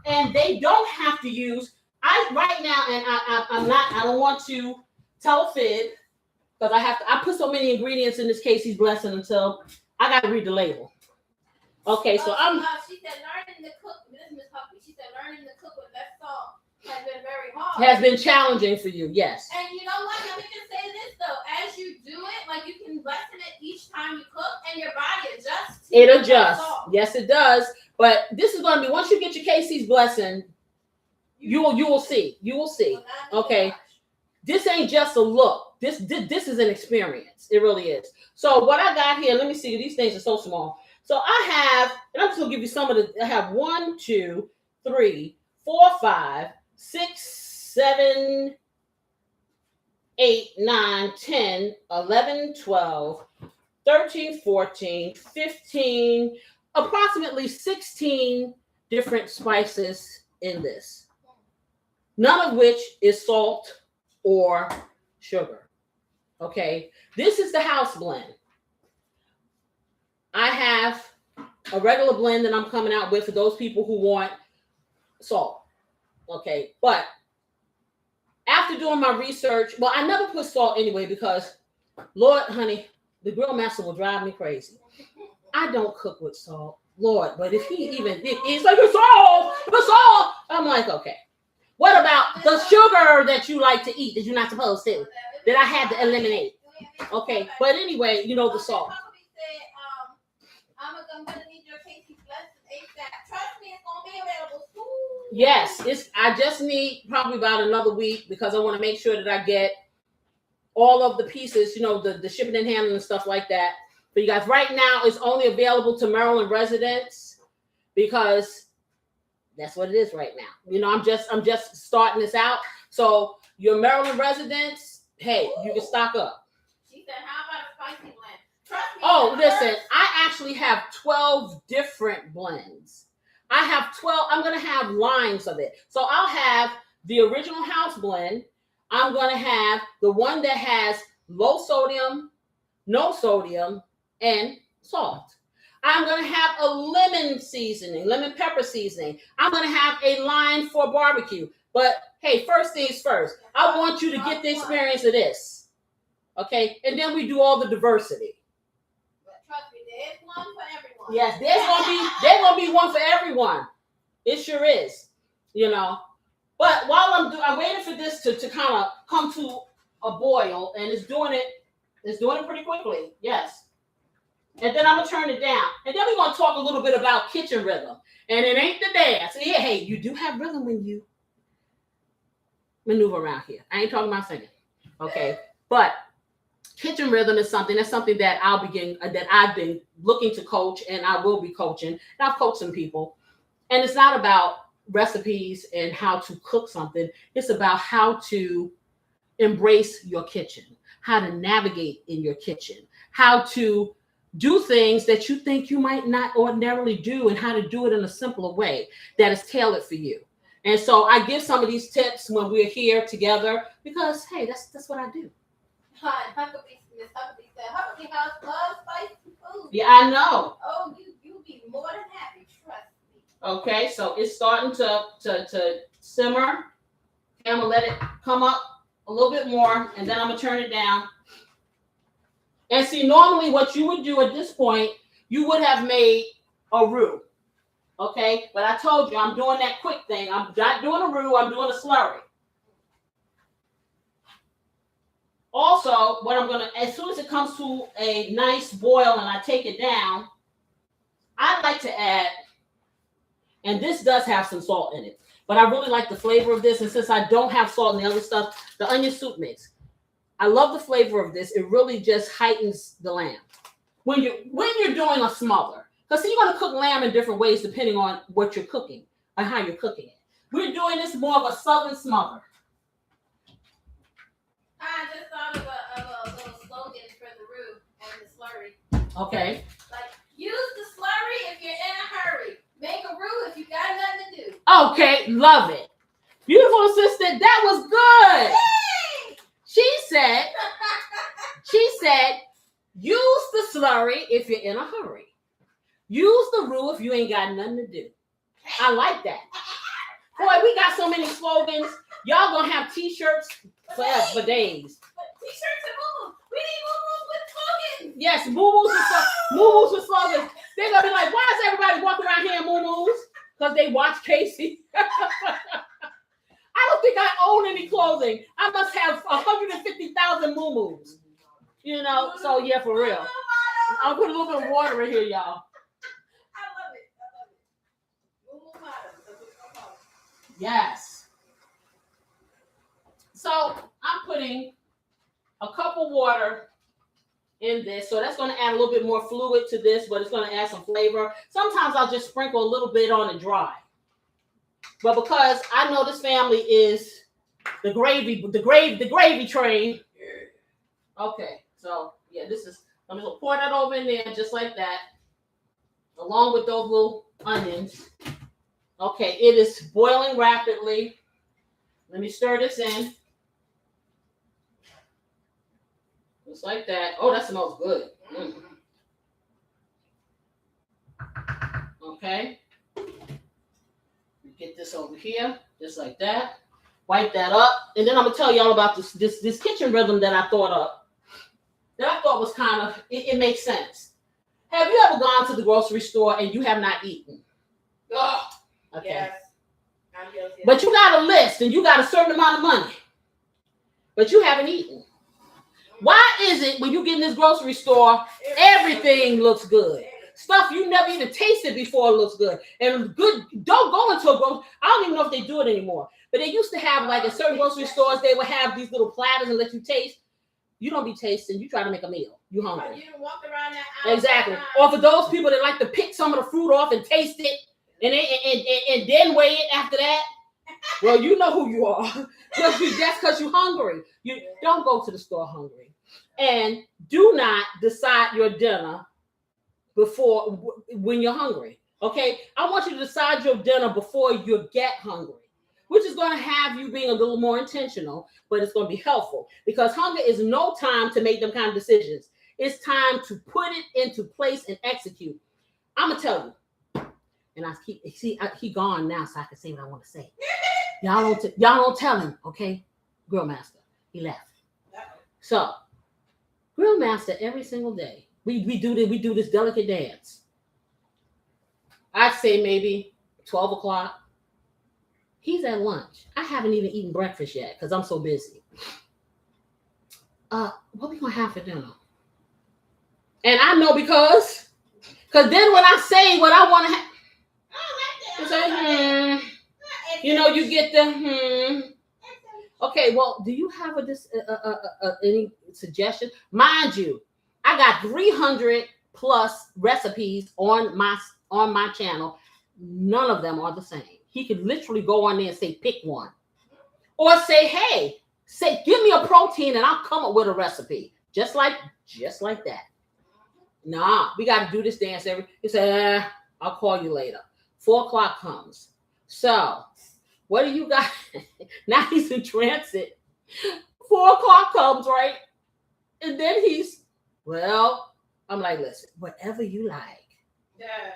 Well, I guess I'm just going to have an egg sandwich. I'm like, he never makes an egg sandwich. But that is the cue that do something, Casey. Do something. So I make an executive decision. You're getting chicken. End of story. Hey, I can make chicken do anything.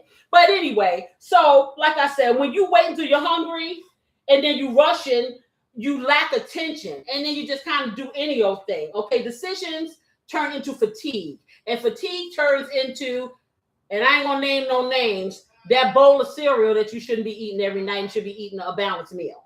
Okay, you want to eliminate that before any hunger hits so you can make some decisions. And like Huckabee was saying, she always makes a list and sticks to it when she goes to the grocery store, her coupons, and you good. You eat before you go too, don't you? You better. Okay, because I'm going to tell you, you'll gravitate over there to that cookie aisle. Yeah. Don't even be meaning it. Really good. So, timing is everything. You said, what do you say? You in my business, yeah. Let me tell you, child, one thing you will learn up in here, Casey tell it like a T.I. is all day long, every day. Okay? I can't be any other way. I really can't. Love you much. I do. I love you more when I tell you the truth. And you tell me the truth. Okay. That's So how you know it's love. exactly. Don't lie to you. Timing is everything. So decide dinner early in the day. Okay, I guess him calling me at 12 o'clock is early in the day, but he's not making decisions. He's looking at me. Okay. So Trying to go they say in the morning to midday, ask yourself, what am I eating tonight? I say peanut butter jelly time. No. Okay, not what I feel like eating later, because your mind can change from the time you had your breakfast or not to it time coming home. A lot of times you have a long commute, you are a little hungry. And I know he is. And so I kind of promote him to have some kind of protein that he can pop in, and not a protein bar. I mean, like a little piece of grilled chicken or something like that. He can carry and just pop in his mouth, and it'll hold him over. Does he do that? No. His idea is go get a pizza. Anyway, so even a simple plan like Deb has, okay, can create structure and cut the chaos. Let me check this. Let me turn it down. So I'm going to take this down to a 3 because I want to reduce some of the liquid and I want to finish cooking this lovely, lovely, lovely lamb. Okay? Because the last thing we're going to do is thicken it up. We don't have to do all of that extra work. We're going to put our butter in, and we're going to put our slurry in, and we're going to put a little bit of cream. Yes, we are. So, in any case, so the reason why it works when you are intentional like this and you make the decisions ahead of time, it's going to reduce your chances of getting takeout or getting poor food or just slapping something together or getting that bowl of cereal. Okay, you're going to cook with clarity instead of cravings. So if you are trying to be a little bit better, or like we live this life, okay, we're Megans, okay, we do things in moderation. We eat what we want in moderation, okay, and I think that's the biggest thing. I don't think that some of the things that people eat are bad. I think we just eat too much of it, and we are guilty. We are so guilty. Because if we look at what a serving size is, we be like, another thing I have to. I just been bringing up all these things that my husband, he's just so prolific. But don't tell anyone right now, teacher. We have Yes. a comment. Yes. And it's supposed to be asked cream versus milk. I have an idea, but I'm gonna let you tell us. Okay, what about cream versus milk? Using it or not? Using, I guess, one or the other. One's gonna thicken, right? Well, the cream is an emulsifier and it will thicken. Okay, the milk is milk. Yeah, it doesn't have the fat dynamic. It's much fat content in order to thicken. Hold on now. So my question is cream versus whole milk, because whole milk does have the Whole milk has fat, but not as much as cream. Okay. So it's like I said, it is an emulsifier. Yes, it is. And for those of you just coming in, we are talking about our kitchen rhythms and deciding dinner before you're hungry. So, like I said, it's all about. Now, I'm gonna ask y'all this question: how many of you would cook more often if it was effortless? If it didn't stress you out? Yeah. If you didn't have to think about it and it just kind of happened? How many of you would eat your home cooking if it wasn't something that seemed to be cumbersome? I mean, for real. And exactly. You know, and so that's what we're trying to move towards, ways to do. Because I'm going to tell you, it comes to a point for me, and I'm at the point now, if I eat out once a month, my family eats out much more than I do, but I can't do it anymore because my body is craving something that I cook. And I guess because I'm cheap, because I'm like, when I go and I spend all this money on something takeout and it's not good as what I cook, that's a problem for me. I'm sorry. My money come hard. So making it simpler, giving you these little hacks and making you intentional, just changing the way that we think, because we have gotten to the point in this society that we want everything instant, everything done quickly, but we want certain results. And then if we don't get them, we leave it up to other people, and then we take what we can get and not what we want. I want everyone to get what they want out of their food, out of their day, out of their life. Okay? You don't have to take the shoes that are too tight and break them in. You get the shoes that fit from the jump. So showing you how to do these things and love your kitchen and navigate in your kitchen, and those royal remainders that people are shocked. Oh, I don't want to do leftover. Honey, royal remainders are royal for a reason, because they can stand up and they command. For real. And that's going to help you too. So that's just my little tip. Don't decide your dinner when you're hungry. Be intentional. You'll thank me for it, for sure. Yeah. Let me check this over here. Definitely. Let me turn it down because it's still bubbling brown sugar. Oh, and it has made some more lovely juices. Okay. Let's see what we working with. Let me see what we're working with. See what this meat is acting like. Okay. Yeah, I'm just okay. Okay, we're gonna let that cook. Okay. I'm taking this up. I'm gonna do it on the floor, and I'm just gonna watch it because I want it to cook. Make sure it's on this eye. That's another thing with this big pot. This eye, sometimes it's not all the way on it. And if it's not all the way on it, then what happens is it doesn't heat all the way around. And this pot is so big. But anyway, so we're doing that. So that's pretty much where it's at. Now, I like to have coffee at night now. And I guess that's because my life is all turned around.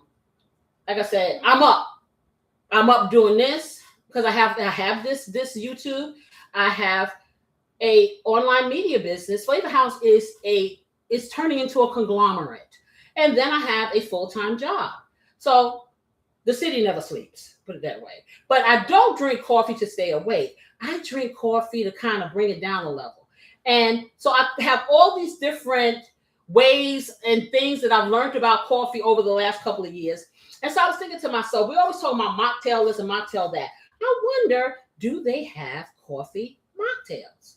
Now, I'm sure that they have. I know they got coffee liqueurs. They have all that stuff like that. But do they have a coffee mocktail? So, of course, you know, me being me, I had to look it up. So, what I found was, I'm not telling you yet. Oh, hold on. C Jordan said, have you ever thought about making a weekly menu using your recipes to give us ideas for the week? I was actually making something like that. It's funny you should say that. Beautiful assistant I actually is working on that. I started setting that up. Beautiful assistant is working on that. And what I will probably do, because you know, when you're doing these shows and you're like putting information and stuff like that, sometimes it can get lost in the sauce. So my email address is on my channel. No, station, channel, you know, whatever. It's on my platform. So you can go there, my email address. And if you just shoot me an email, identify who you are, I can hook you up. How about that? So don't forget. But there will be something very similar to that coming. Yeah, but we're gonna have something, like I said, you know, it baby steps, child. We working on this beautiful website. Right now I'm gonna be doing a little storefront. But for now, if you need something, you need some help, like I said, shoot me an email. Make sure you identify yourself, okay? And tell me, then we'll have a little talk and see what we can do to help you. How about that? Oh, and Miss Deb said no eggs, no seafood. Other than that, I'm good. I'm guessing from like what she gets. Yes, I know. Should I start your coffee now? No, because actually, Deb started this mess because she said to me last week, she was so hyped up off of my show on Friday, The Love with the Recipe. She's like, what's the topic for today? And we ended up talking about how younger people view older people, because they said something to the effect that now that you're acting like an older person because you eat butter pecan ice cream. So that started a whole thing, and we just went down the rabbit hole. Okay, this week I'm thinking to myself, I saw and I don't know if you know who Billy Joel is. Billy Joel is this singer from back in the day. he's a pop singer. I guess pop, whatever. He made this song called what is it? Just the Way You Are. Mhm. Yeah. Don't go trying some new fashion. Don't change the color of your hair. That's him. So he has a daughter now. And so I swear this, I don't know if this is the daughter because he was married to this model, Christy Brinkley. And and so they had a kid. I don't know if this is the kid, but if I tell you, if he spit that woman out. She looks like him in female form. And anyhow, I don't really watch primetime television. And so we were watching like a morning show, I think ABC morning show, and she was on it and she was singing her latest song and whatever it was. I wasn't impressed really because I think it was the wrong song for her. I'm not going to say she doesn't have a good voice, but I think it was the wrong genre for her. She's trying to do like an Etta James type, I guess, something like whatever. But whatever the song was. So I said to my husband, I said, I wonder if she would be famous if she wasn't Billy Joel's daughter. I'm not saying she doesn't have talent because she does have a cute voice, but to the level of which the standing that she has, that she can just sing whatever she want to sing. And it's just like, wow, wow, wow, wow, wow. And so I say this to say, because I was saying to my husband, I said, you know what?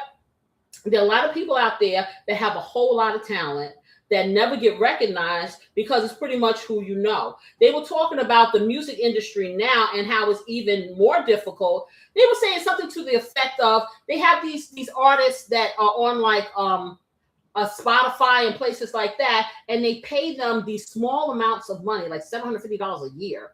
And they're trying to become, famous or whatever, but all this digital stuff. And I was saying to myself, my goodness, this young woman probably would not be famous had she not been related to Billy Joel. No tea, no shade. Because I wouldn't buy it. I really wouldn't. I would not buy it.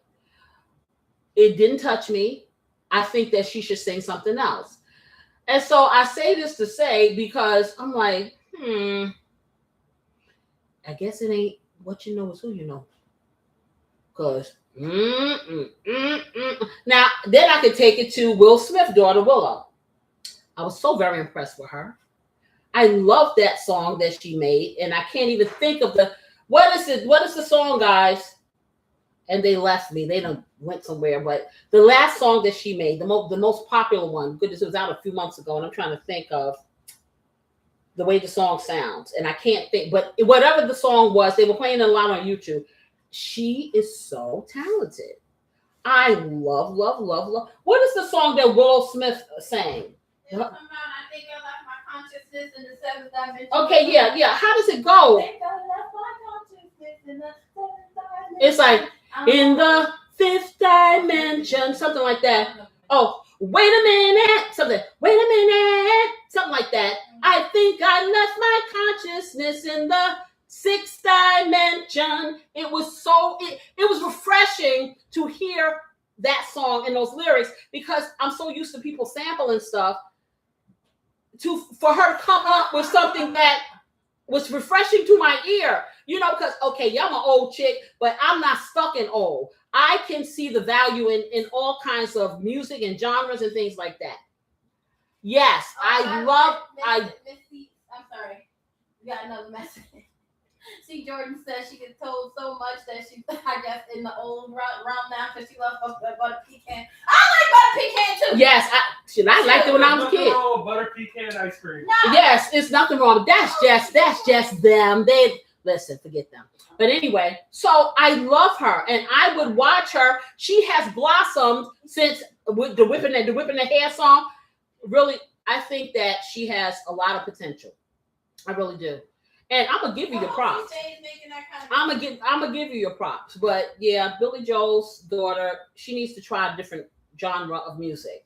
No, for real, no, because that song, I knew she had a nice voice when she started singing the chorus of the song. But when she was singing the verses, it sounded like I don't know if you ever heard anybody talk sing before.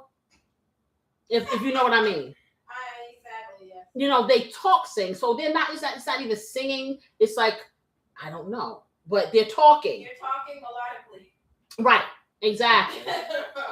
Yes, she is. She is. You know, once she stepped into her own, you're absolutely right. You're absolutely right. Because I'm gonna tell you, you need to find your place in your spot to stand. And you have to stand by your laurels. Okay. And that's the one thing I like about YouTube. I'm never gonna change the way this show is.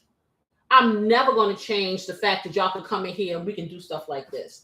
I'm never going to have somebody tell me script this. I'm never, ever, unless they change the whole dynamic of YouTube, and then I'm gonna have to find somewhere else that's going to let me be me.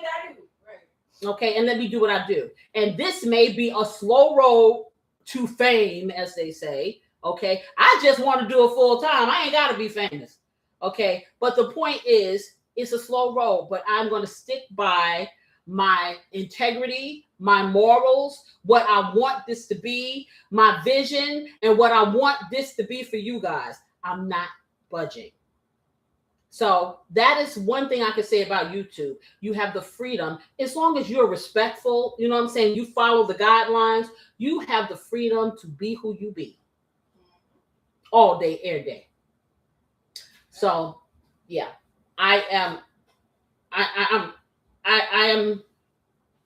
really respect that, you know, she has found her place, and I hope she continues, because I'll buy it. I sure will. I'll buy it, you know, because it was refreshing to me. I'm all about lyrics and stuff like that too. So it was very metaphoric, her song. So you have to listen to it and not just bob your head. Right. And so I like that. You know, and it's just one woman's opinion. Like my husband said, there's something for everyone, okay? And I guess Billy Joel's daughter is for some people, just not me. Right. Yes, and that's not Now, and I can even say that. That song that she sang, okay, is exactly. That song that she sang just wasn't for me. And that's what I realized when I heard the end part of her voice. She has a nice voice, but they did not market her properly. Or she didn't market herself properly. That song, no. It's just like with Beyonce, right? Let me check this. Okay, it's going. It's doing this little thing. Okay.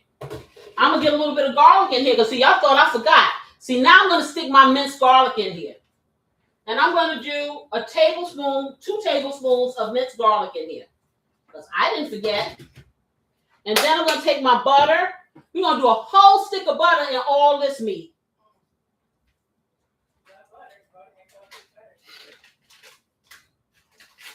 Let me get that over in here. But, what was I saying? No. I wasn't talking about Billy. I was talking about somebody else then. Oh, Beyonce. So Beyonce, right? I know, and I know I'll probably get hate mail when I say this. Okay. But this is my opinion. I think that Beyonce wastes her talent with some of the music that she sings because it's popular, okay? But when I heard that young woman sing that song, and I don't know the name of it, again, I heard her singing on Oprah, from Dreamgirls. Not Dreamgirls. Yeah, it was from Dreamgirls, the movie. What is this? No. She sang a song, Listen. Oh, my God. She's entertaining. But when that young woman sang that song on Oprah's show, huh? I didn't even know someone else had sung it. What do you mean someone else sung it? You said that, are you talking about Beyonce singing? Beyonce sang when the movie came out. I think Oprah had a special show or something. Oh, okay. And yes, exactly. And she sang that song. I saw it in the movie and it was good, but I saw her sing it on Oprah. I don't know what Oprah was. I don't know why Oprah had a show or whatever. That chills up my spine. And I'm saying to myself, because I had heard her sing one other time. She was singing some song. It was no. This was, she was on like a late night show, maybe David Letterman or something like that, many years ago. And she had on a sequin dress and she was just singing a song. It was a ballad. She really, truly can sing. But you would never know it because it's so much going on. You know what I'm saying? For me, it's like if someone has that kind of talent, it's wasted when you just fling it at anything. Now, yeah, you can do up-tempo songs, and yes, that's fine. But the dynamic of the songs, the information in the songs, you know, some of the things it's just like, you know, it's just marketing. Sometimes you got to come to your truth. And the girl can sing, because when she sang that song, she was phenomenal. She really was. When she sings songs that really touch your heart, she is phenomenal. Because, I mean, as far as any of the other songs for me, the song that I like the most that she sings that is up-tempo is Love on Top. That's what it is? Yeah. I like that song. I really do. And I just... It just kind of, it dulls her talent for me. Right, for me too. It does. You know, no, beautiful sister was saying, you know, it kind of dulls her talent. Yeah, what you said, she was meant for church. Yes, she was. And not even that, but, you know, just maybe for some good ballads. You know what I'm saying? It's all about the music you choose. It's maybe for some good ballads. Because I'm going to tell you one thing about it. Janet Jackson is an anomaly. Janet Jackson is not young anymore. But she's relevant. She keeps herself relevant. She keeps on doing it. She's kind of like a Tina Turner type thing. Those kind of people are rare. Okay, those are rare. Those are somebody, she's probably 90 years old, gyrating across the stage, talking about Rhythm Nation, you know, and I get so lonely. And we go watch it. We all be with our canes and our hearing aids trying to hear her get so lonely. Okay, at 90. However, I need that singer like Gladys Knight, like Patti LaBelle, you know, people like that you don't care how old they are, and you can be 11 and you know who she is, and you know the music, and the music will live on. They go on to being England's best eggs, the music will carry on, and people will emulate it, and people will sample it, and people want to hear it, and it will touch you in the same place it touched me, and it touched my mama when she started. Okay, I need those people.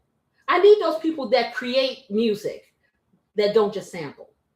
I need those people who come up with ideas that I've never heard, and they pull those emotions outside of me. I need somebody I can understand the words they're saying. I need somebody to say something more than the superficial and get down to the heart. We need those things. And you said for you, that's Tony and Fantasia. Yeah, yes. I love Fantasia. Yeah. I love Fantasia. I'm going to tell you like this. Fantasia could be so much further. I don't know what her record company was thinking. Okay. Because when she won American Idol, they should have stuck her in a genre with that song that she sang when she won American Idol. And I can't remember the name of the song. I love that was a nice song. Yeah, something about When You Believe or something like that. It was really nice. She won. They did the same thing with Ruben Studdard. Right, Ruben Studdard, exactly. She won the show singing a Broadway classic from Porgy and Bess, Summertime. I remember that. And she does it in her shows now. Okay, but she could have been so much further if they just give her music that is befitting to her. Everybody doesn't have to be bootylicious. And I just want to put this out there. They shaded Jennifer Hudson and threw her off, but she did better. And she didn't even win. No, well, like I said, at that time, it was about what she looked like and not so much what her talent was. But like I said, that wasn't her time to shine. Now she's shining all over the place.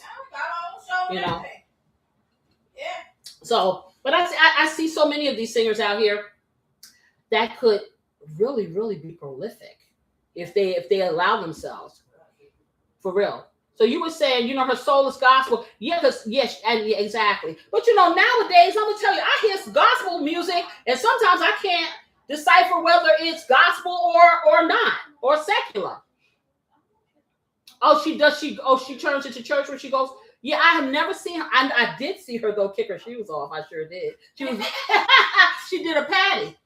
You know Kelly Clarkson has her own show anymore? I think that they canceled Kelly Clarkson's show. They canceled Karamo.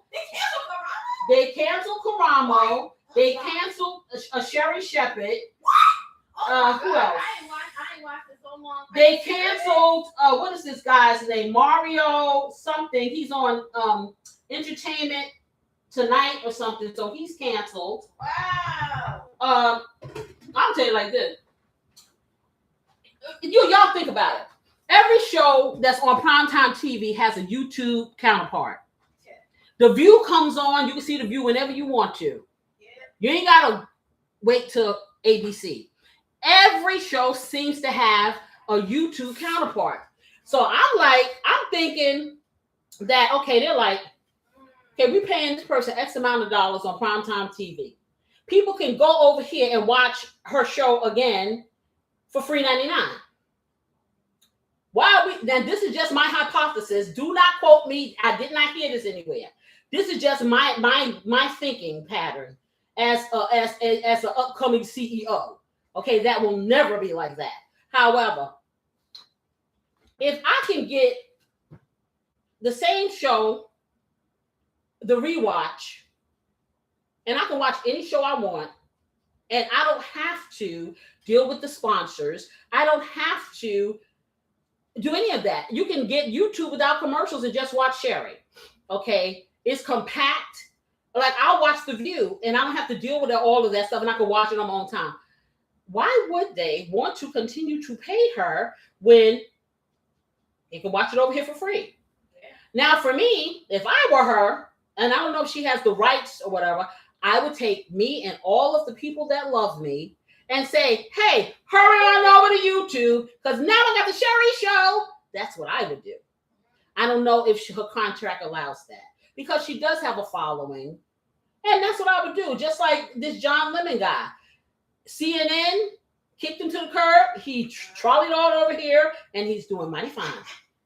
Okay, so I'm just saying maybe that is why. Again, do not quote me. I am not a gossip columnist person. I don't do that. Is not what I do. This is just something that I'm thinking in my mind, because she had a very popular show. Yeah. Okay. And yeah. Now, as far as Karamo is concerned, I will say that his approach seems to be to sensationalize. However, he sensationalizes, but he then meters it with giving help. Right. I don't know whether people are tired of the Jerry Springer type of thing anymore, because I mean, it gets kind of tired. I mean, for me, it was sensational when one or two persons did it. But if every single show has to be about somebody's drama, somebody's baby mama, I cheated on you, you did this, that, and the third, I'm getting a free trip up here to tell my business. It's like, one just turns into the next. There's no variety, and maybe the public is getting to the point where, yes, they want realism, but they want something with some substance. It's a little plain. I'm just saying. Yeah, because reality is reality. But when reality becomes scripted, intentionally scripted to get a reaction, how real is it? Hey, I don't know about you. My life ain't that exciting every day. Anybody in your life that exciting every day? Mine's not. There are days where I can sit there and look at that dot on the wall. What you said, you don't watch all that stuff? The Real Housewives of everywhere and the exactly. Okay. So yeah. I'm gonna tell you. Exactly. And neither do I. It's when things are not, I don't know, it's like it's looking out that window syndrome. It's like you just nosy. We just nosy by nature. People just think they want to know. That's why you see so many things here on YouTube. When my husband comes to me and say, "Oh, so and so and so and so," I'm like, "And what station did you get that from?" "Oh, what news?" The moment he says Facebook to me, I'm saying, "Yep, I'm checking Google. I'm checking all these different places." Okay, because the things that people say to get you to watch, it's just outrageous. It really is outrageous. I'm not a bait and switch type of chick. Okay, this is why I use Instacart, because if you say there's a sale on some steaks and I get over there and the only steaks you put out there was 4 and they gone But you technically you put some steaks on sale. You didn't say how many. You got me up here in this store. I don't use my gas, and then you don't have the steak. Oh, I'm not happy. But see, with Instacart, I know exactly what you got because my shopper gonna tell, oh, this ain't in here, and I pivot and I get it somewhere else. Okay, you're not gonna make me go to 50,000 stores because you're trying to bait and switch me. It's the same thing with shows. Do not tell me some mess. Put a lived and unalive date and have Gladys Knight face up there to get me to click in it, and then the next thing you telling me about her history of her career, and she's still here, and I'm sitting here stressed thinking that she's something wrong with her. Yeah, they play like that. You are never gonna get no bait and switch up in here. I'm gonna tell you everything's going up in here. When they ask me, well, what is your show is about? Everything. Oh, yeah. Whatever we do. It's the truth. Whatever we do, whatever you want, whatever you do if you're at home, whatever. Okay, we just do it together. And we don't have dead air because I can't stand it. Anyway, let me check this out. Okay. So if beautiful sister will come over here and assist me and get these mashed potatoes going, I'm going to show you, because I just want to see if we're getting tender. We get some tenderonis on here because she cut this kind of thick. Oh. Yeah, I didn't want that thick.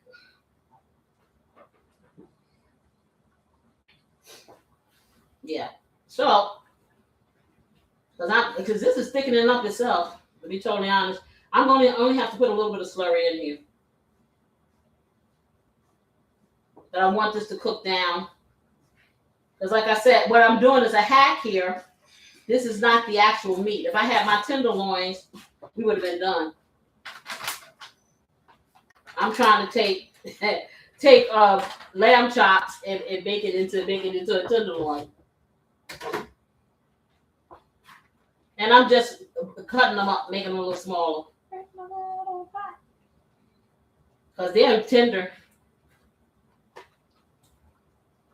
I'm just cutting them in half. Now I'm making even more meat, right? Yeah. And so I'm able to take this wooden thing here and I'm just cutting them in half. Just hold that there. That's exactly what I'm doing, cutting them in half. Okay.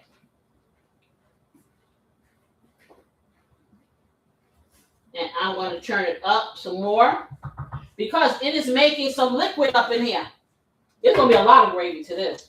Let me turn it up. I'm taking it to a medium heat. How did I end up with a... Okay. Because this top matches this. So now I got to put this over here.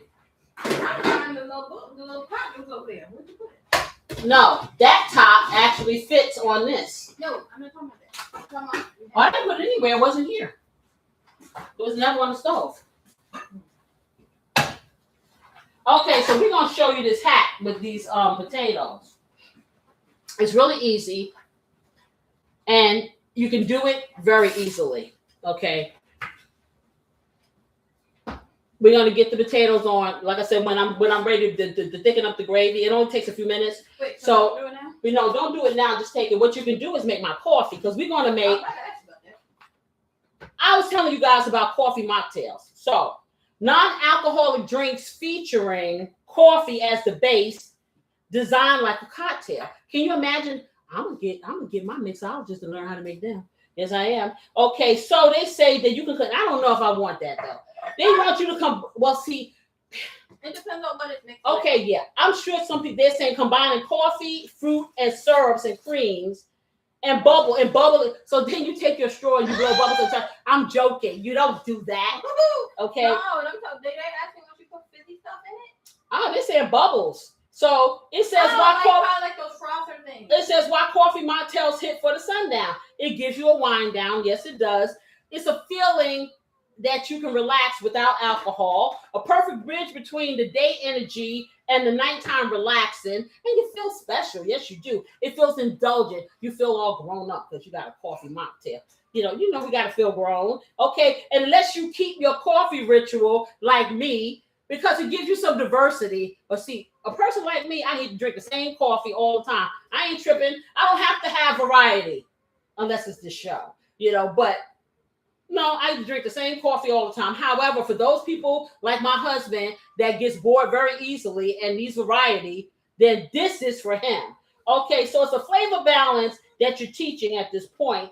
So you have coffee, you have the boldness, you have a bitter taste, you have a little frou-frou, you have your syrups, honey, flavored creamers. They're even saying stuff like citrus, so a little orange juice, some lemon, pineapple in coffee. Cream foam or spark, so put some sparkling water in it or salsa, they're saying. A good mocktail is about balance and not sugar overload. So you have things like pineapple inside the coffee, orange in the coffee, vanilla cream, like a dessert energy. You have mango. Well, I got mango juice in there, I don't know. A mellow, smooth sunset feel and cinnamon and spice, of course, because that's normal. For you guys coming in, we're finishing up cooking our lamb, and we're talking about sundown coffee mocktails. We're getting all fancy here, okay, and ways to make them. And so you're just going to add ice, and you layer your flavors, and you put some foam. Like I said, I don't have a frothing machine. I'll blow some bubbles, okay? That's what I'm going to do, okay? And I ain't going to tell you to do that. Put a little orange slice on there, make it cute, and make yourself feel like you have transcended into something special in the evening. It's about energy control and real talk. And like I said, if you can't do caffeinated coffee, do decaf or even do tea, if you want. Or I don't know if you can have a hot chocolate mocktail. I guess you could if you wanted to. I don't know. I mean, that sounds great. I'm drinking this, guys. This is our mocktail that's pairing with our lamb. And I don't know what he called it. I forgot, but I'm drinking. Pineapple mango cooler. Okay, my mixologist is saying it's a pineapple mango cooler. And like I told him, well, it's already going to be in the comments because, what was it? Was it Deb that asked? It was Auntie Pam. Oh, Auntie Pam. Okay. Okay, good. And hello, see Jordan. I didn't see that you said hi. Hi. She said hello to me. Oh. Yes, get to know your sister, C. Jordan. Yes, get to know your sister. You get this stuff in the garden. Okay. Now, my interest is piqued. I'm wondering, should I put some of this mango juice in my coffee? Y'all let me know. Do y'all think I should try it? Anybody think I should try it? Send me a heart. I'll suck it up and I'll try it. You tell me now before I put this creamer in it. Well, you put the cream in it too. You gonna put hazelnut and mango? What you said? Don't went from cousin to sister. Okay, said no, I said right. she. I said she's your sister. I said go, meet your sister. Yeah. That's right. We all family, all up the family tree, all up and down. We all around. Yes. Now, mind you, she telling me I'm supposed to put creamer. Okay, they want me to try Oh it. my God. She wants me to put creamer with mango. Just put a little touch of the mango in there. I'm willing to give it a shot.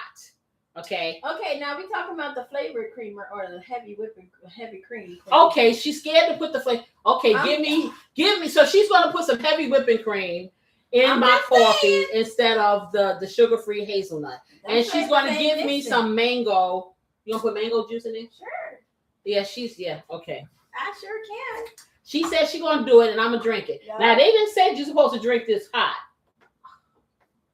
Well, since you don't like cold drinks, we know And I don't. like it. We already know you're not going to like it. Okay. You're going to try for it because you done hearted it. Y'all hearted it, so now we're doing it. Yeah, I'm going to try. Here. How about a half a cup? Nah, take it. Yeah, take your delicious mango. Listen, drink. okay, I got to prove the point that y'all... Drink the drink. I got to prove the point that y'all want to try this stuff. Drink. They're saying that this is good stuff. Okay. I don't know. We finna see, ain't we? She is going to make me drink mango and No, milk. she ain't nothing. I didn't say that. Y'all see it? See? I got it's recorded. I tried to save you. Mm-hmm. Now, as Try a to mixologist, I'm save going to say I don't recommend it. we're gonna find out. You know what? If it's Okay. so funny, if it's delicious, and I'm Okay, so I'm gonna try it hot because I don't like cold stuff. You said exactly. You're a witness. That's right. No, witness. No. Witness. Back it up. You missed some. You missed some. I tried to save her. I tried. So. Okay, you put it here. Yeah. Okay, let's see. Okay. Yeah. Many rivers to cross, Let's see what happens. still I can't find my way. Want me to put a little cinnamon in it? It says cinnamon and some other stuff. I don't know, y'all. Yeah, cinnamon in it. Okay, I'm gonna try it. Let's see. It don't look right. But I'm gonna try. That's an orange ice pop from back in the day with coffee. You don't taste anything. Oh, let me add a little more. I need some. It needs some sugar. No, it's not. But the thing is, it's not creamy. It's like really watery. I can. It would probably taste better if you like put some pieces of mango and pineapple in it. Pour this over some ice with maybe some coconut milk or something. Y'all can give me some hearts or some response if y'all want me to put a little more for her for flavor. No, don't listen to her. Flavor. Listen to her. Y'all witnessing. No, I need some sweetener in this piece. I don't use use sugar. I don't use sweetener. I need some sweetener in here. I can give you a little bit. Yeah, I don't know about that. Heart me, guys. Heart, where'd it go? I don't know about that, y'all. Heart me, guys. Y'all If y'all want it. You want it. Ooh, yeah, they need. And I said a half a cup, right? It was a half a cup before. This is not a half a cup. It was a half a cup before I added the extra stuff. Okay, listen. So blame the drink. It's not I'm me. strong. I am a. No. I am woman. Yes, exactly. I don't know the words. You can do it. It's not bad. I have a coffee mocktail for you. What's the It's not coffee bad. mocktail? What you got? So Mm. I might have to try and make Delicious. an iced ginger coffee mocktail. Iced ginger coffee. I don't know if I want ginger in my. I'm gonna tell y'all, it's not bad. It's not. I wouldn't do it all the time, but for you people that like cold coffee, I could see doing this like maybe with like a coconut milk with Okay, that, I can see that. and then the coffee and the cold, I can and see making that. it kind of like a thick kind of drink or something like So that. she done turned it into a coffee colada. Mm-hmm. A coffee colada. If you like pina colada. Okay, listen, there's a song for everything. Yes. And drinking mango. You are everything. Yeah, let's see. I can. Is she a walking record player? Dum dum dum dum dum dum. What you say? Yes. Today I saw somebody who looked just like you. He walked like you do. I thought it was you. As he turned the corner, I called out your name. Oh, don't get me started. It's all up in here. Walking 45. Okay.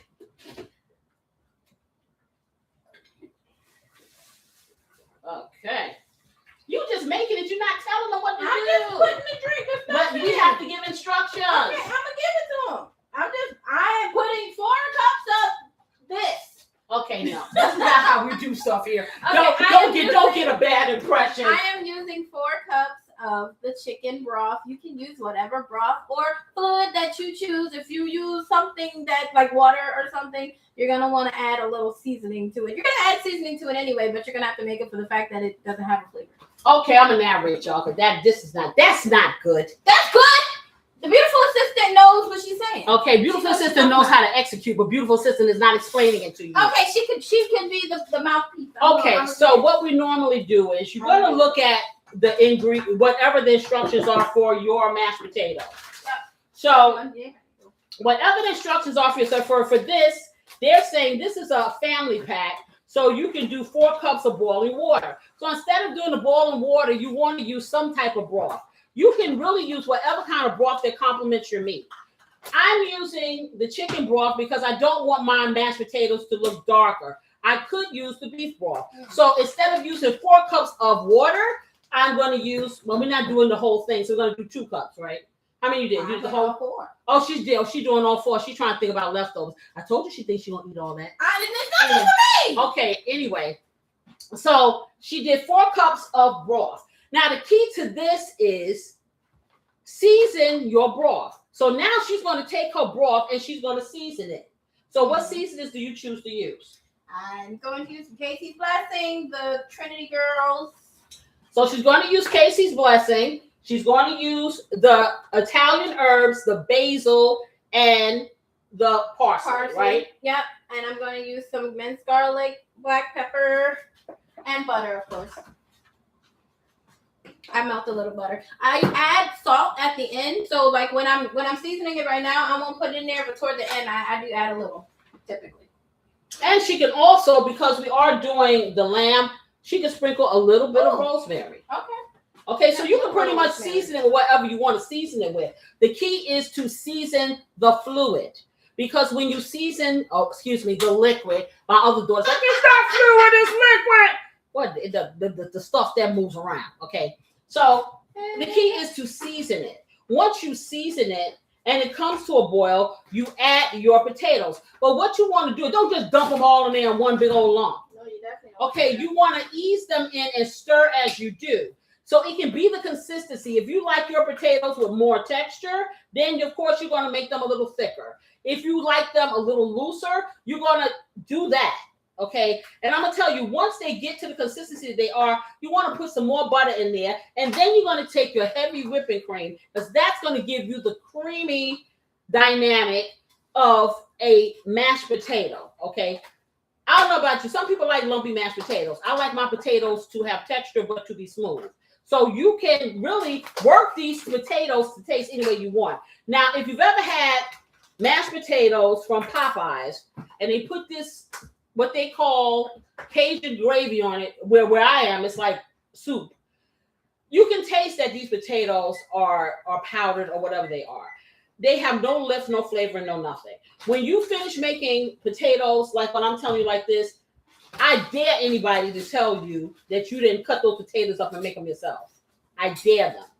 And you went through no real effort. It wasn't difficult. I'm going to drink this. Y'all, see, she thinks I'm going to drink it. It's not the most pleasurable thing to me, but I'm going to drink it because it's not bad. I ain't no quitter. It's, you know, I think I probably could take this better if it was like apples. I don't know about the mango thing. I don't know about the citrus. The citrus with the coffee. Yeah.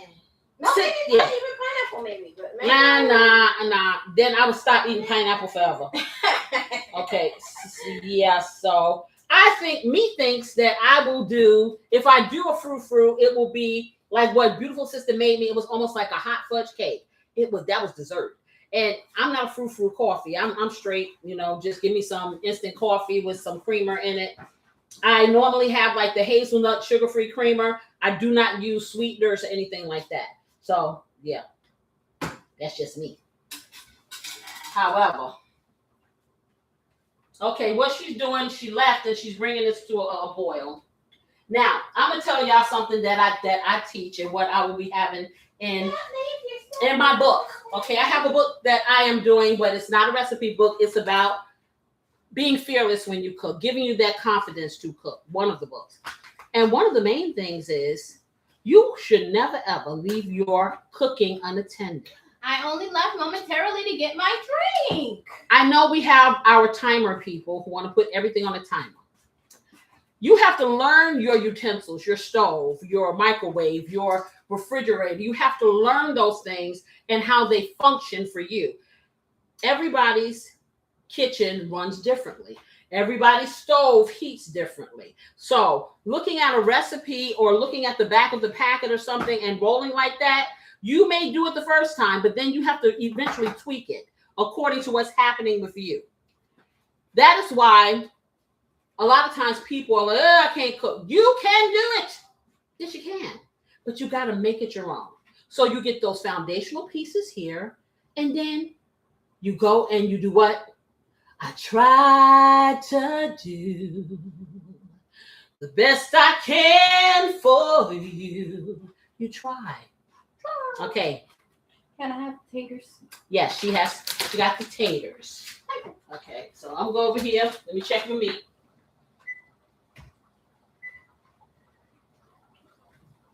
But this right here, like I said, this is a hack here. This meat right here is a hack. Because I would have had some tenderloin. Let me see what it's looking like because I want to make sure that it's tender before I put my gravy on. Yeah, they coming right along. I give them another 5 minutes and they'll be ready for the gravy for me to thicken this up. That's pretty thick already. Wow. Yeah, it's not. It's still too. It's not thick enough. Not thick as how I want it. Yeah, it did good though.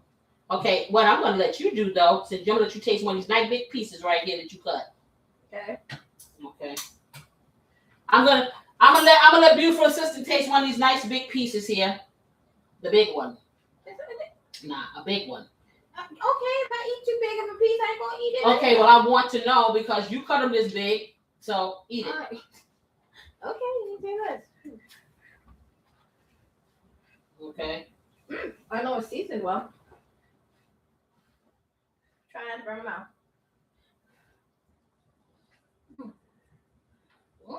It's very tender. They're tender. Okay, that's what I wanted to hear. They're so tender. Okay. Very good. Little salt down. Okay. Yeah, I knew she was gonna say salt. Okay, I knew she was gonna say salt. So we are ready. We're gonna hit it with a little bit of salt, and I'm gonna hit it with a little bit of my Splenda, just a teeny tiny. Okay, and you can omit this. Okay, so I'm doing 1 squirt, 2, just like that.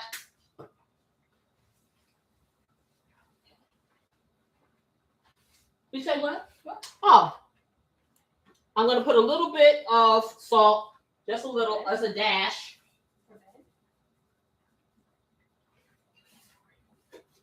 Okay, and then I'm gonna stir.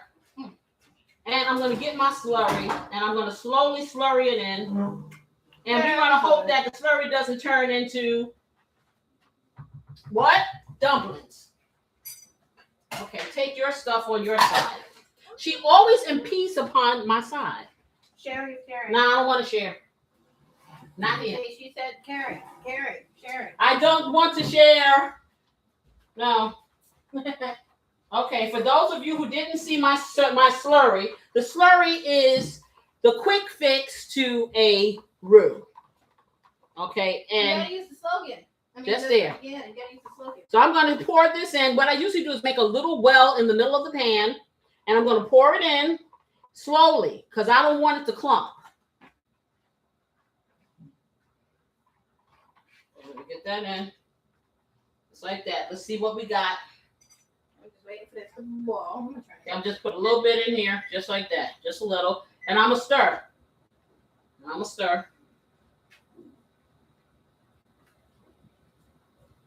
Just a little, just like that. And you want to stir quickly because what will happen is it's so hot, so it will start to congeal.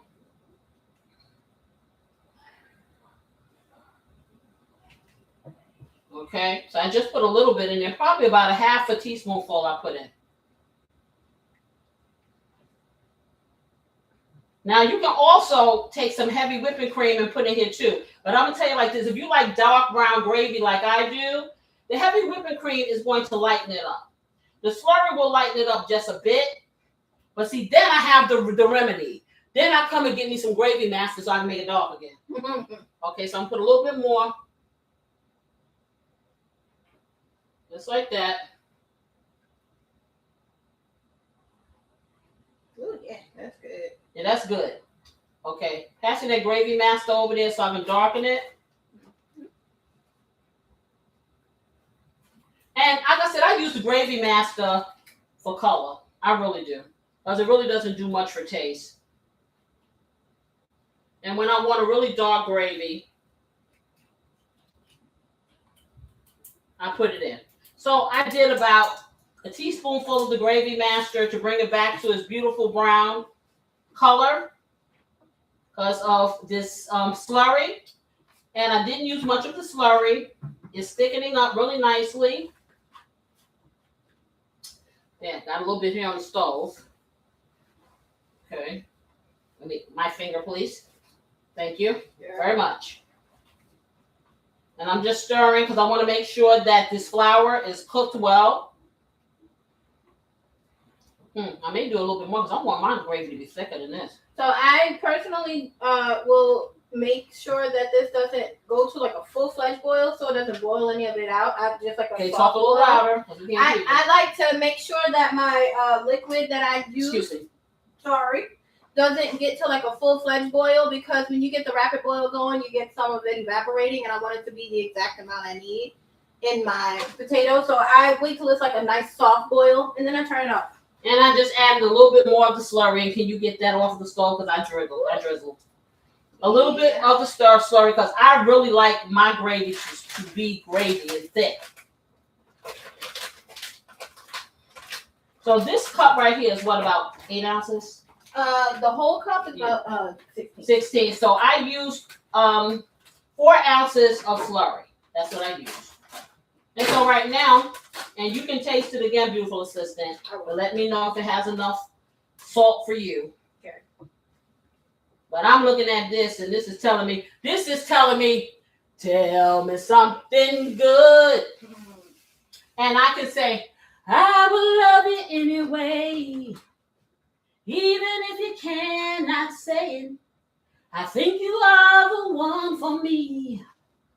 Here is where you ought to be. I just want to satisfy you, but you're not mine. I can't deny you. Don't you hear me talking, baby? Love me now or I'll go crazy. Whoa, sweet thing. Oh, baby, this is sweet. All right. Oh, you know you're my everything. She over here tasting. You want me to taste? Yes, I want you to taste. Okay. Now I'm gonna throw this away because it has done its thing, and it's nice and thick. I dropped my spoon, so let me get my spoon up. Again. Okay. Excuse me. Toss that up. And then we're going to get ready to plate this puppy up. Yes, we are. So y'all might want to call my grill master down so he can get something. Okay. A little something. And we clean this up, put that away. Okay. Well, I'm still using it. Okay, you're done? I'm still using it for the potato. And it's very tasty. Okay. So tender, tasty, all that. Yeah. I'll get that up. You go get the grill master. Corey, get the plates. You still making potatoes? I'm putting some salt and some butter in it. That's the salt. Okay. Okay, I add that there. Okay, you know, I have to clean, y'all, and she's moving her territory over here. I'm trying to help you clean. Sorry. Okay. This gravy is the truth. Okay, I'm off. Get the grill master. Okay. So Corey's getting us some plates. Okay. We want to see what the potatoes look like. So I'm going to show y'all. Move over here. So now, this is what you got. These are, as you can see, instant potatoes. You see that? That ain't your ordinary instant potato. And once we get those gravy on there, oh, it's gonna be on and popping. So let me just get that over here. Let me straighten up my stove, and we're gonna get this stuff all nice and plated. And that, my friends, is that. Just straighten that up over there. Okay, so we're gonna get these plates together, and we're gonna see why Mary had a little lamb. How about that? Okay.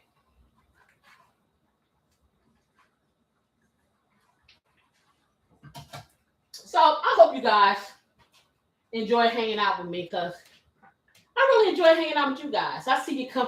I see you popping in and out watching, trying to figure out what in the world. I know. Sometimes I rewatch this stuff and I'm saying to myself, ooh, did I do that? I feel like Urkel. Like, did I do that? Did I say that? It was a pleasure. Thank you. Oh, listen. We've only just begun. We've only just begun. Okay, I want y'all to miss the final countdown. The taste tests, my friends. Uh-oh. Yeah. He's back. It's the return of the grill master. Hey! Yes. Let's get it! Let's get it! Let's get it! We need to play a theme song. Okay. Master. So let me get this in here, just like that. All right. I'll get the fork. I will get more. Yeah, I need a spoon. I need a spoon. Or And so I'm just plating this up for the mashed potatoes. Is that a spoon? yeah, technically. It's a little flat spoon. Do you want one with like? No, this is fine. Okay. Okay, You so want a fork to eat with though? who, me? Yeah. Yeah, I do, but I'm not fixing mine now. I'm doing Corey's. I know. I'm just trying to get all these different ones. I got his already. Yeah, Corey has a special fork. CJ said it was a pleasure. Oh yes, yes. Oh, listen. Don't forget to hit me up on my email so we can talk and I can get you what you asked for. Here. Okay, so Oh, well. first of all, I need a spoon. So I'm gonna put a little indentation in there so I can nestle a spoon. I want to. A big spoon. I was going to get you one of the plastic ones. No, I don't need that. I need a big spoon. Like this one? Yeah, that's good. So I'm just gonna take this, kind of mash this down, just like that. And then I'm gonna take some of this lovely meat and I'm gonna ladle it up. Oh, smell of vision. Mm. Smell of And vision. it's gonna go You gonna talk it into existence? just like that. Look at that. Okay, then what I'm talking about. Gravy everywhere. Be careful. Okay, so I'm gonna put a little bit of parsley. And I want y'all to see this gravy. This is the biggest gravy hack you'll ever have in life. Yes. Okay. And beautiful assistant, I'm gonna give you the honor. Oh. Okay, fix the rest of them plates. Look at Okay. that. You know I'm grooming her. Mm. Okay. I'm grooming her because this show gotta keep going when I'm an eggless best egg. Y'all don't want the house to ever shut down, do you? No, ma'am. Okay. So we want to put it in the middle. We want to flatten it down. Put a little indentation. And Corey, come into my life and show them what you got. Oh, man. Show let them get a gander of the beautiful. Look at that. You see what I'm talking about? Man. Yeah, see that? Okay. Yes. Mm. Yes. Look at that gravy. I want y'all now that right there. That's the money shot. That's a money shot. Okay. There you go. Now. Hello. Now he's going to do the taste test. Yes, Not yes. us. I'm not. Gonna get a little taste.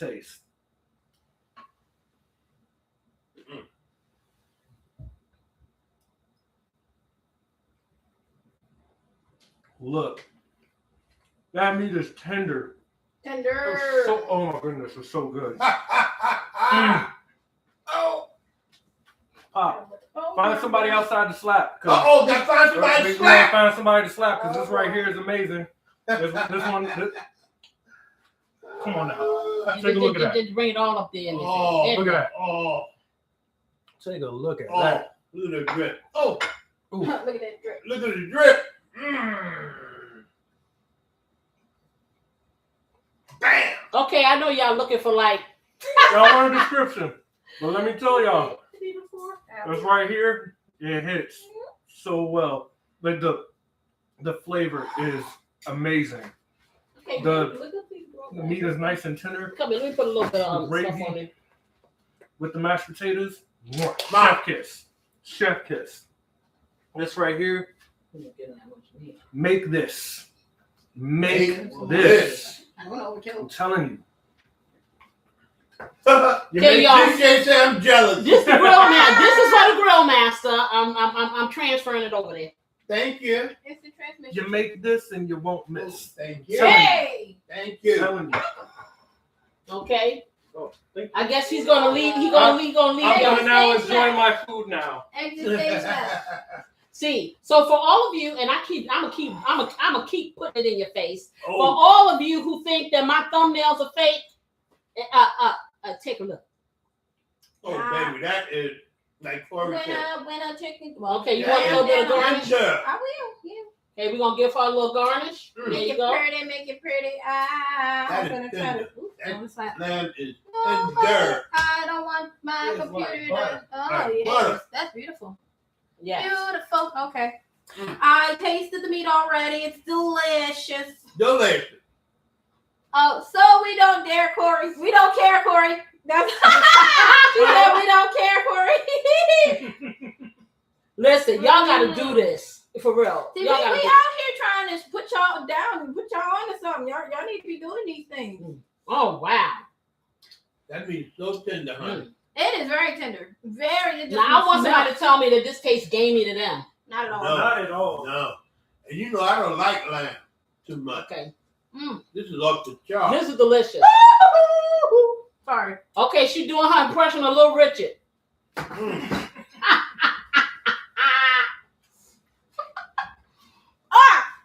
Oh my god. Oh, I did the thing. I did the thing. I did the. Oh my god, y'all. Oh my God. Anyone who knows, you know. But Yes. anyway, it's delicious. I say this every time. The gravy is very savory. Mm. You can taste all of those seasonings that you put, the cinnamon and everything, but they work really well together. It tastes like, oh my god, it's like what you would imagine a really like fancy. What'd you Tastes like, oh my God. say? Whatever. It tastes like almost like a really like what you would imagine a really upscale beef stew would taste like. Oh man, yeah. So good. The meat is just oh god, what'd you say? Well, that was little Ronald Richie's brother. Stop! Stop! What'd you say? Stop it! She said that was little Ronald Richie's brother. Oh, you got I'm trying. see, you belong here. You got jokes. Oh no! Oh no! It's so good. Y'all need to do this. Y'all need Oh to do yes. this. I'm sitting Okay, here. now I have a question. Is lamb like more cost effective than beef? I'll be totally honest. These days, Not really. oh yeah. Oh really? Everything. You think so? Listen, You see what I'm saying? I can get these lamb. I got these lamb chops for a fraction of what I would have gotten beef for. And it's everything you would want from like a beef stew, but so much better, so much more like variety of flavors in your mouth, and it just dances around your tongue. It's great. Y'all need to do this. Okay, I'm sitting there. I almost ate all of mine, y'all. I used to be the last person, and I told y'all I'm gonna eat. Okay, they're not taking all this. So I'm gonna tell you like this: the consistency of this lamb, in conjunction to beef, is very, very smooth. It has reminiscence of a beef, but beef, you know, it can come in all shapes and sizes. It can be stringy, it can be this and the other. This right here is melt in your mouth. Don't need no teeth. Nope. Delicious. Now I got a little bit of my mashed potatoes on here because I done mixed it all up. But do you see what I'm saying? This right here. It's right That here. right, it dropped. I'm glad it didn't. But yeah, it is so delicious. It goes right down. You literally don't even have to chew. I suggest that you try this. I really do. I suggest that you try this because it is magnifique. So, with that being said, my lovelies, for all of you who are new here, thank you so much for spending some time with me. For all of my family there in the chat, thank you for coming again and again and again. Thank you so very much, my new friend, my new family. I hope you come back and keep coming back and spend a lot of time with me. And don't forget to email me. I'll be checking. I love you all. I really do. Flavor House is your house. Okay. This is where the heart is. And I'm going to tell y'all, until next time, y'all know what I wish you. I wish you love, peace. And what do we wish them, family? Great weekend ease. I'm going to see y'all next week. Same bat channel, same bat time. Smooches. Now I got to go around here because my arms are short and turn this off. Bye-bye.